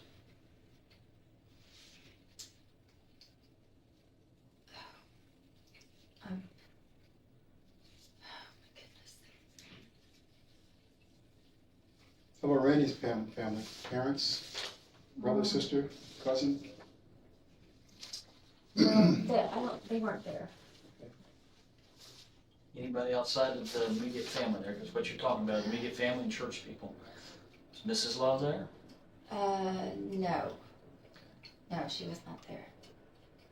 Trying to think. I think Carl and Christina were there. Who? Carl and Christina. Carl and Christina Holzkamp?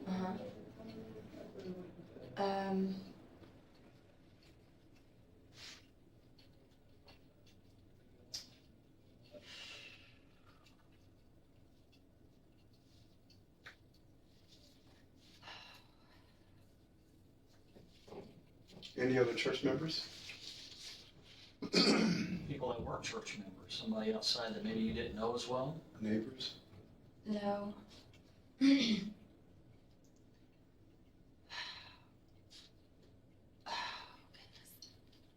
can't remember. So he's telling you that he did it. Is that the first time he told you that he done it? He shot Randy? How'd you feel when you first told you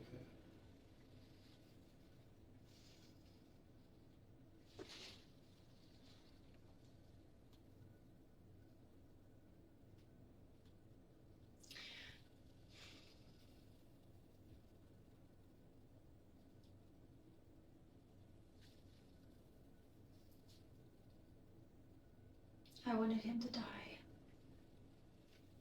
I was so mad. I was sitting there praying the whole time he told me.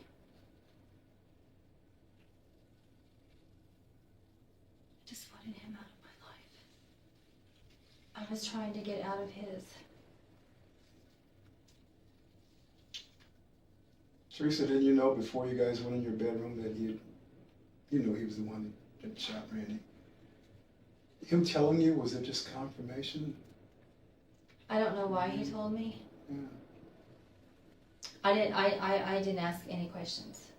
He just started talking. He just say, I want you to know something, or I did it, it's done, we can move on to the next, what was his reasoning? He didn't have any. He said, he kept saying he did it for me. Right. And I think I might have said, no, you didn't do it for me. Mm-hmm. You did it for you. Mm-hmm. I think that's all I said. I'm just sure that's all I said. Because you knew how badly he wanted you, and he was willing to go to any extreme to get you, all to himself. And him doing it and then telling you that he did it? He did mention to me several times in the past, he said that he would kill for me. He said, I will do anything for you.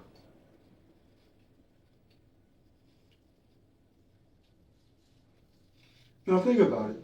all these years and all these months that you guys have been talking about this, he's dropped, well, no, not planning Randy's death, but just talking about the things, listen to his mind, how his mind works, all the things he's been talking about he would do for you.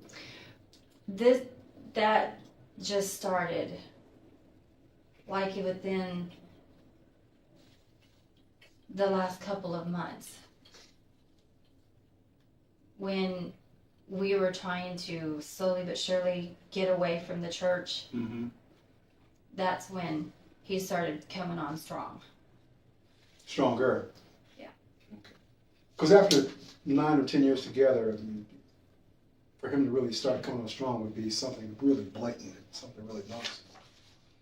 What day was this note written? That was written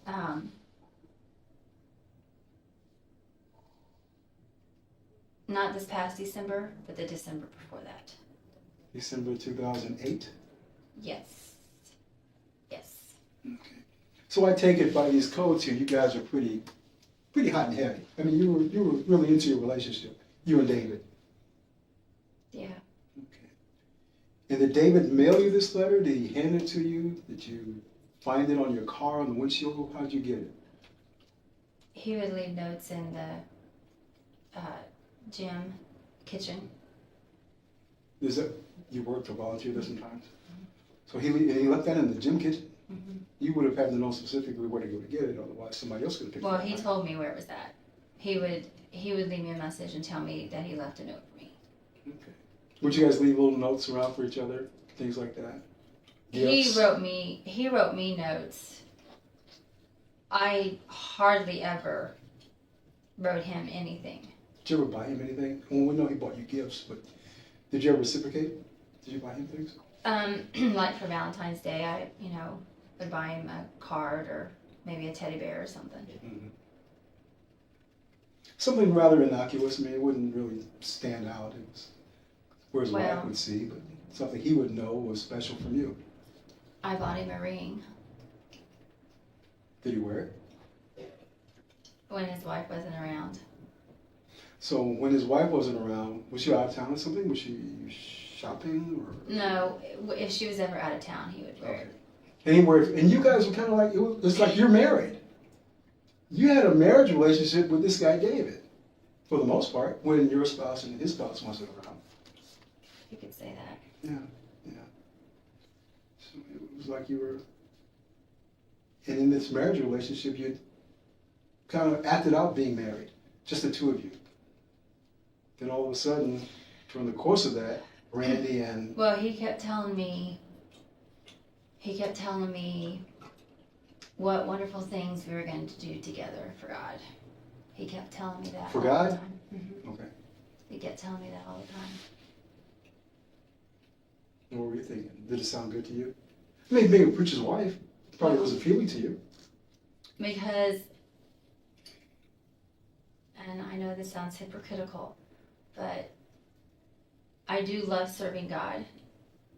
I do love doing things for Him. I enjoy serving Him. So, and He knew that, because He knew I had a servant's heart.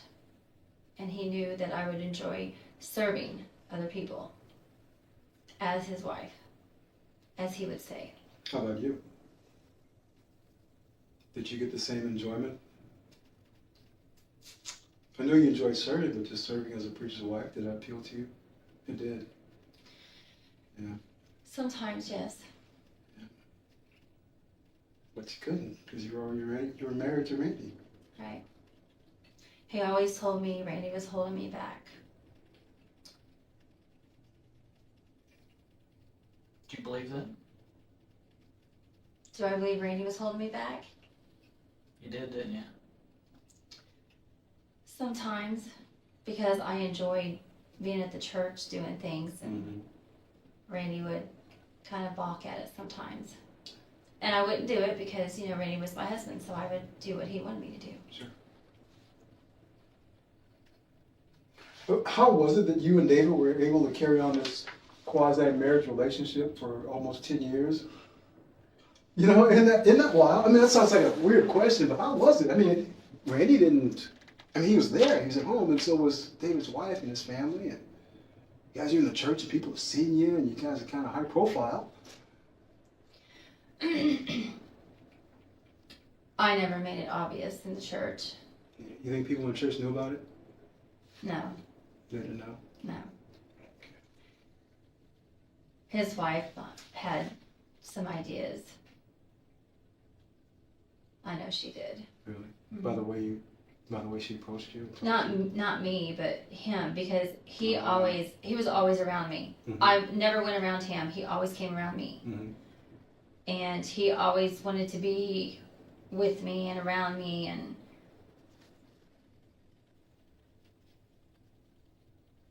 So he made it kind of obvious. he did, yes, in many ways.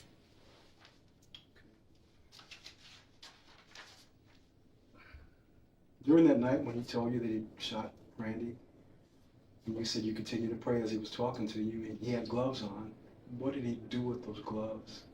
He just told me he threw him away. He didn't tell me where. He just said he threw him away. And he didn't tell me where he tossed the gun. Mm-hmm. He just said it was 20 miles away. That's his exact words? That's what he said. The gun is 20 miles away from here. He didn't say east, west, north, south. Did he say like he threw it in something, hid it under something? No, he just said he just threw it away. So he throws the gun away. So you guys, how much longer do you stay in your bedroom talking to him? As soon as he told me all that stuff, I walked up and left. I went into the living room. Where did he go? Where did David go? I have no idea. I'm sure he was still at the house somewhere, but he wasn't around me. When did you talk to him after that? When did I talk to him again after that? Well, he kept coming over the house. Do you know why? Well, because he's a pastor. Okay. That's what he does to family members. That's what he does to family members. He was trying to be a pastor. You know. Was he there to comfort you?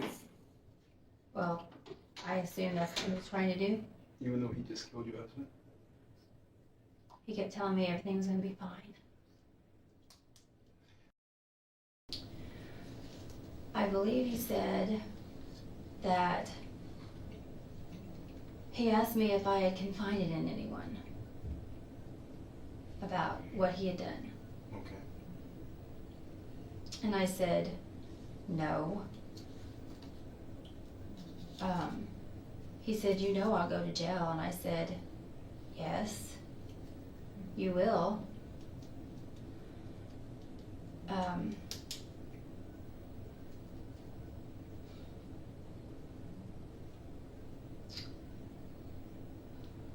That was pretty much the end of that conversation. That was it? Nothing more? No, because there was a bunch of people around, so. Did you guys get together, just you and him, after that No, and talk? nope, He hasn't come over when it was just you at the house? nope, How about church on Sunday? nope. He didn't pull you off to the side and talk to you about anything? No, I haven't been back to church, because I was gone the Sunday after this happened. I had to take my son and I took his girlfriend home, Right. so I was not there on that Sunday. Now he did try to call me on my cell phone that Sunday morning, and he did text me. Sunday morning? Mhm. Would it have been during a time where he would have been on the pulpit, where he would have been preaching? Oh, no, before no, no, church? this was like 7 o'clock in the morning. Okay, before church. Yes. He did try to call me, and he texted me, and I'm trying to think of what he said in his texts.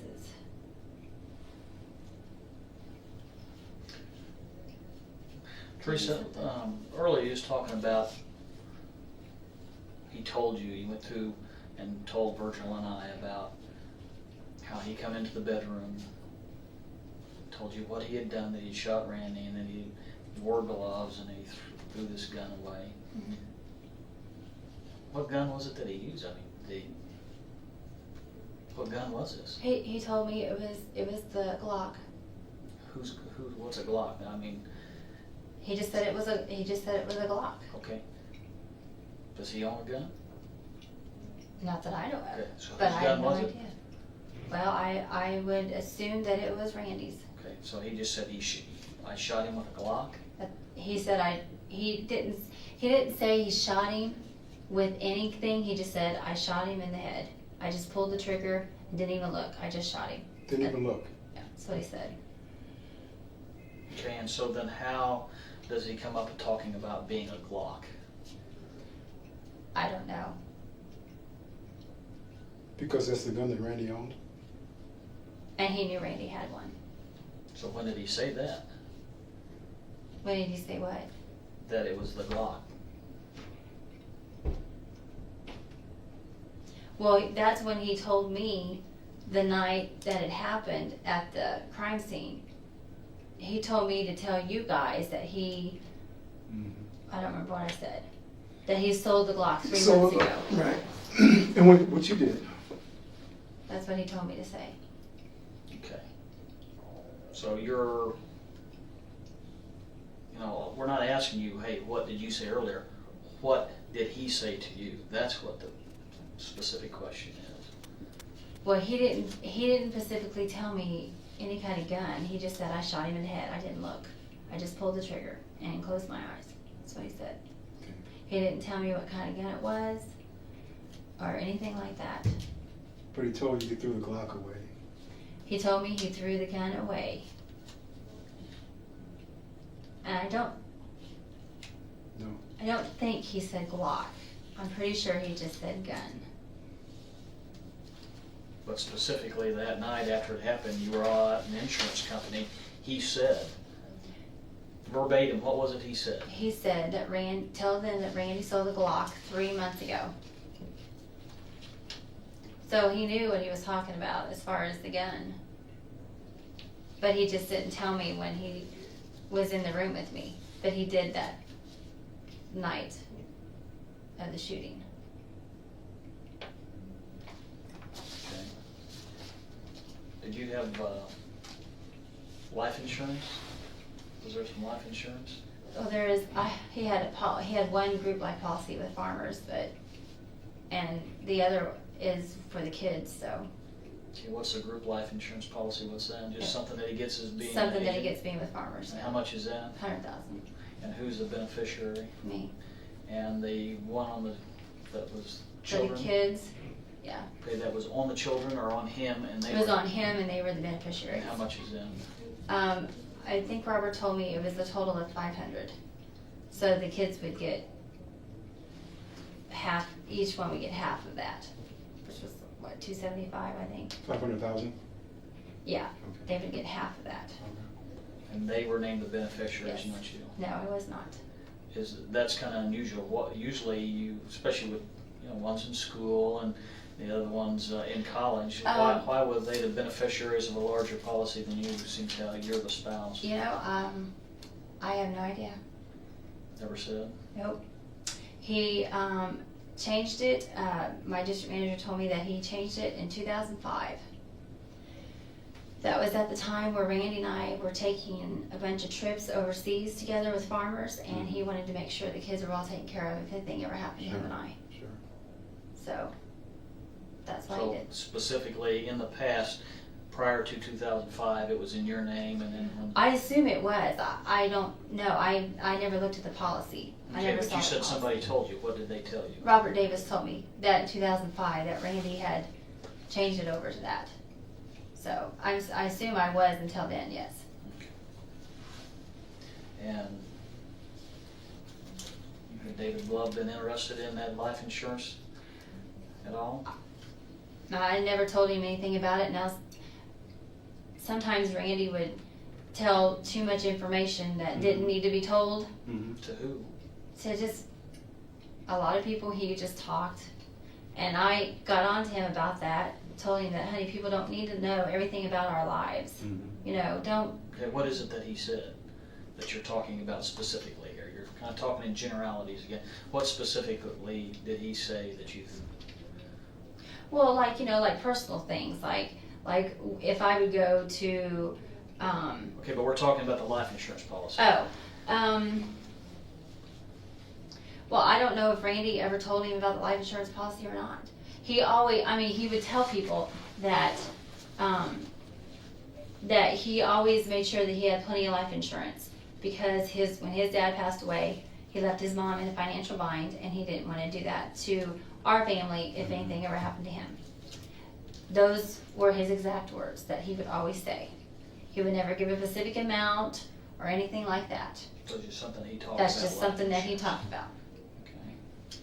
Did after this has happened and you all were talking in the bedroom, because obviously, you know, David Love has talked, and you've talked several times. You told Virgil that you all have spoken several times since Randy's death. Did he ever ask about the life insurance? No. Never said one word to me about the life insurance. Never asked how much it was or who the beneficiaries Nope. were, or Nope. But you said David was aware of the policies. Yeah, he knew because Randy had, you know, like I said, you know, told him because that's what he did. He was a salesman. He tried to sell life insurance, and we had their insurance. So whenever we got their insurance, he would always just try to sell them life insurance, and he would always tell them that he always had plenty of life insurance on him. so he sold the Love's life insurance policy also? Well, he tried, but They didn't have any life insurance through Farmers? no. Was there another policy that you had? Was there one for $800,000 that Randy had for his family? Not that I know of. Okay. Just $100,000 on him from the farmers, and the other $500,000 that you taken off. Yeah. So you didn't have any other. You weren't the beneficiary of any other policies? No. Were you aware of any other policies that he had? Nope. He had everything with Farmers that I know of, and Robert Davis is the one that told me all that. And who's Robert Davis? He's our district manager because he, you know, he has access to all that stuff. No way that David Love ever asked for any of it for the church or for... He never mentioned anything to me about any life insurance. Money, You guys didn't talk about money much? no. Where are they getting the money to build that big church farther? Well, like I told them last night, he'll have like $1,000 club or $2,000 clubs, or so many people give. If he could get so many people to give 10,000, you know, towards, which we've never done that. Wow. Yeah. That's asking a lot. Yes, it is. They've had that property for a lot of years. Where's all that money at for that property? Well, we're still paying on it. So the property's not paid off. Nope. Do you know how much is owed on it or anything? I do not. I honestly do not know. Well, you know, David wants to walk away from this thing clean as a whistle. I'm sure he does. And he's got no problems leaving you holding the bag. You sure of that too, right? He's not saying anything, is he? Well, we can't really tell you what. I know. But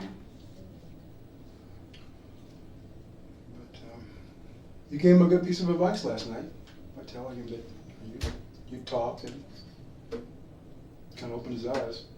And that's good. Appreciate you doing that. All right, Teresa. Somebody's going to sit in judgment someday, and they're going to look at everything that everyone talked about. And if you were somebody on the outside looking and you found that no, and your long-term relationship, how they going to feel that you were involved in this? If you were somebody looking on the outside looking in, what would you think?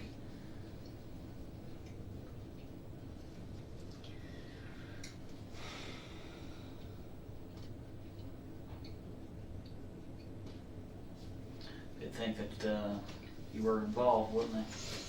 That you hold as much responsibility as he does, don't they? When's your birthday, Teresa? December 6th.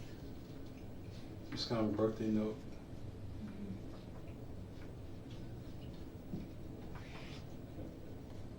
You are the center of my world. Do you believe that? You're the center of David's world? Sure. You know, you can't control what he does or where he puts you in his mind. But you can control what he lets you be a part of. And he made you an integral part of this whole thing.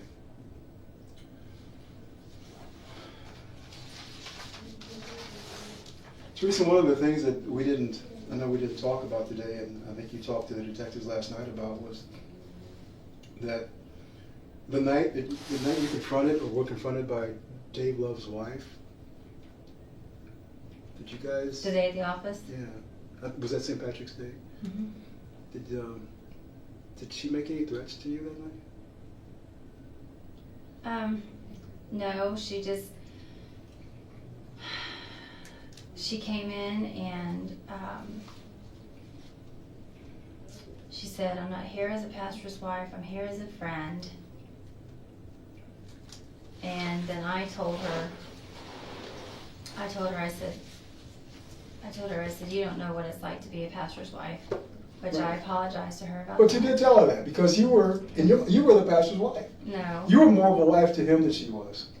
Well, that's Right. what he told me. That's what he told you, and that's what you believed. And she walked out.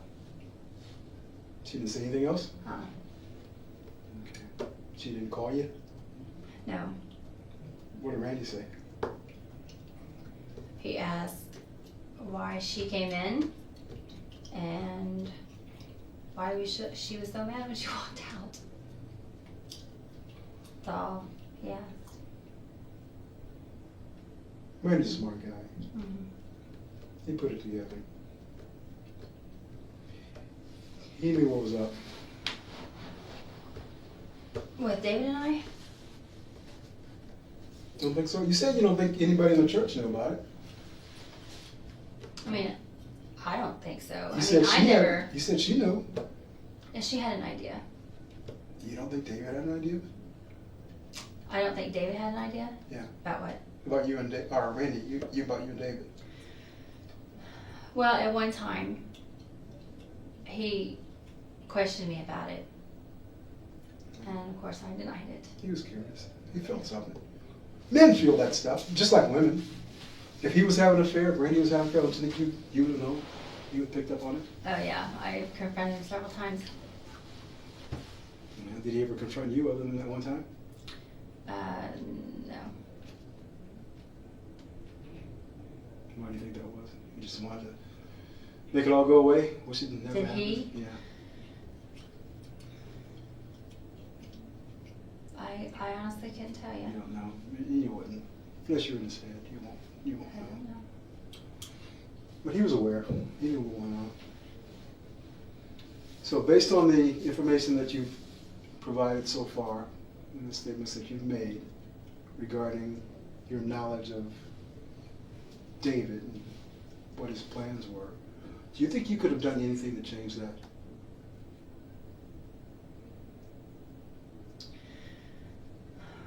What could you have done to change the outcome, Teresa?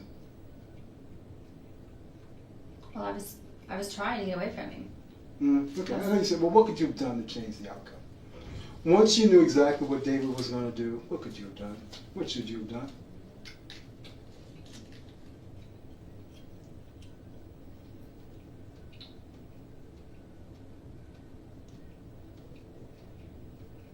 I wanted it to be over. That's what I was trying to do. I was trying to end it, is what I was trying to do. And I was. I know you say that, but I don't think you wanted to end it. I don't think you wanted to end it with David. Yeah, I think if you did, you would have done it a long time ago. Well, I tried a few times. But when he came in and started accusing my husband of a bunch of stuff that really. Accusing your husband of what?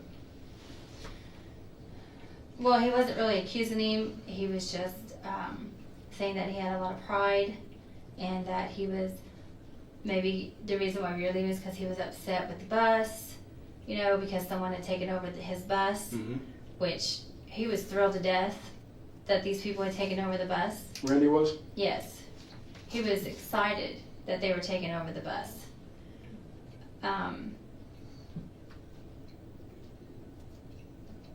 Pastor just didn't like it because Randy always disagreed, not always, but sometimes disagreed with the finances.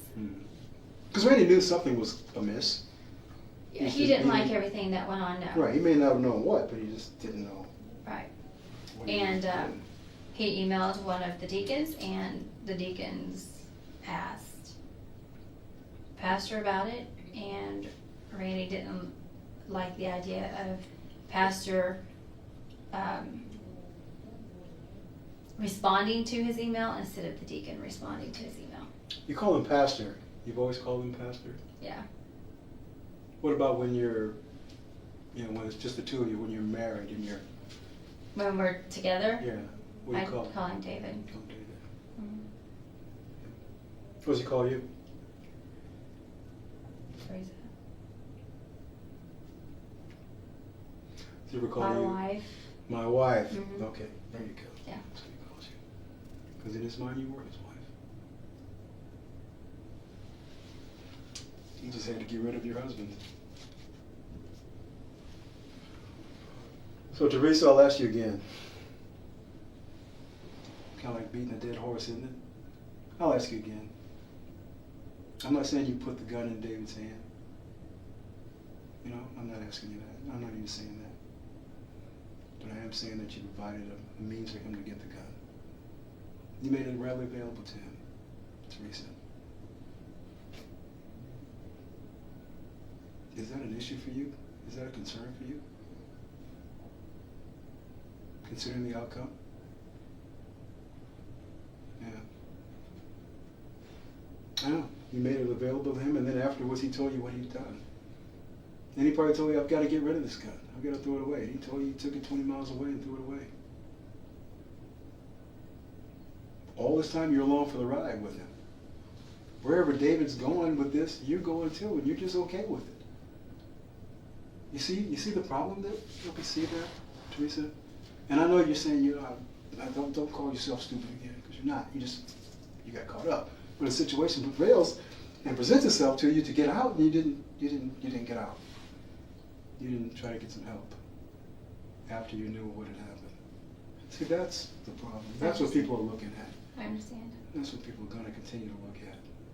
Yeah. Is there anything that you need to say or can do to clear any of that up?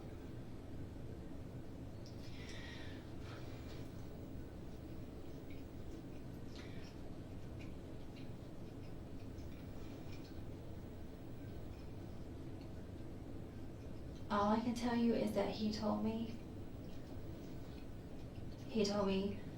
not to tell the police that he would go to prison. You didn't want him to go to prison. Because in prison, you'd be safe. He wouldn't be a threat to you anymore.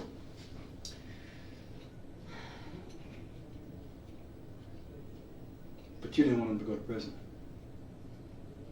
Okay. Yeah, I really did. But I just made the wrong choice.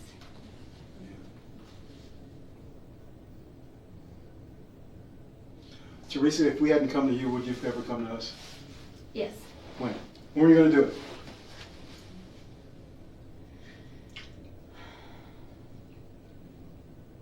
If all of our evidence hadn't led us to you, would you have come and found us and said, hey, I got, because you know about confession. You talked about it earlier.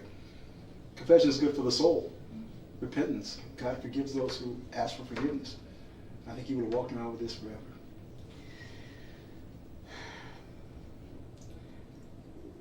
It actually hit me Monday night. And I was actually planning on coming up here anyway on Tuesday. Last Tuesday? No, yesterday. But And then the detective called me up here. so you were coming anyway. I was gonna come, yes. But you were supposed to come earlier yesterday. Remember? You were supposed to come maybe early afternoon, late morning. And you called to reschedule. You said you couldn't get here until like 6. Well, he told me that he had several meetings that he had to go to, and I had an appointment at 10, I had an appointment at 11, and I had an appointment at 1. So you couldn't So- have made it late afternoon. And I had to late pick my morning? daughter up from school, so I couldn't. Mhm. And I tried to call him to come in earlier, Mhm. and he didn't call me back. He was in a meeting. Okay. So,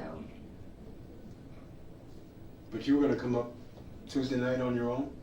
I was going to come up Tuesday. After I got done with all my appointments, I was going to come up. You know, you could have just come out. Anyone would have been able to talk to you. I know. I know. And I don't know what to say. I was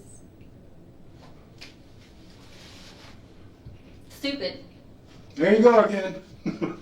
because I just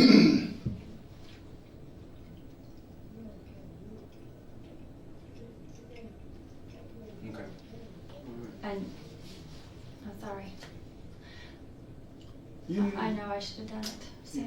yeah. You need water, bathroom. I'm fine. You good? Okay. You hungry? No, Bagel? no. Mm.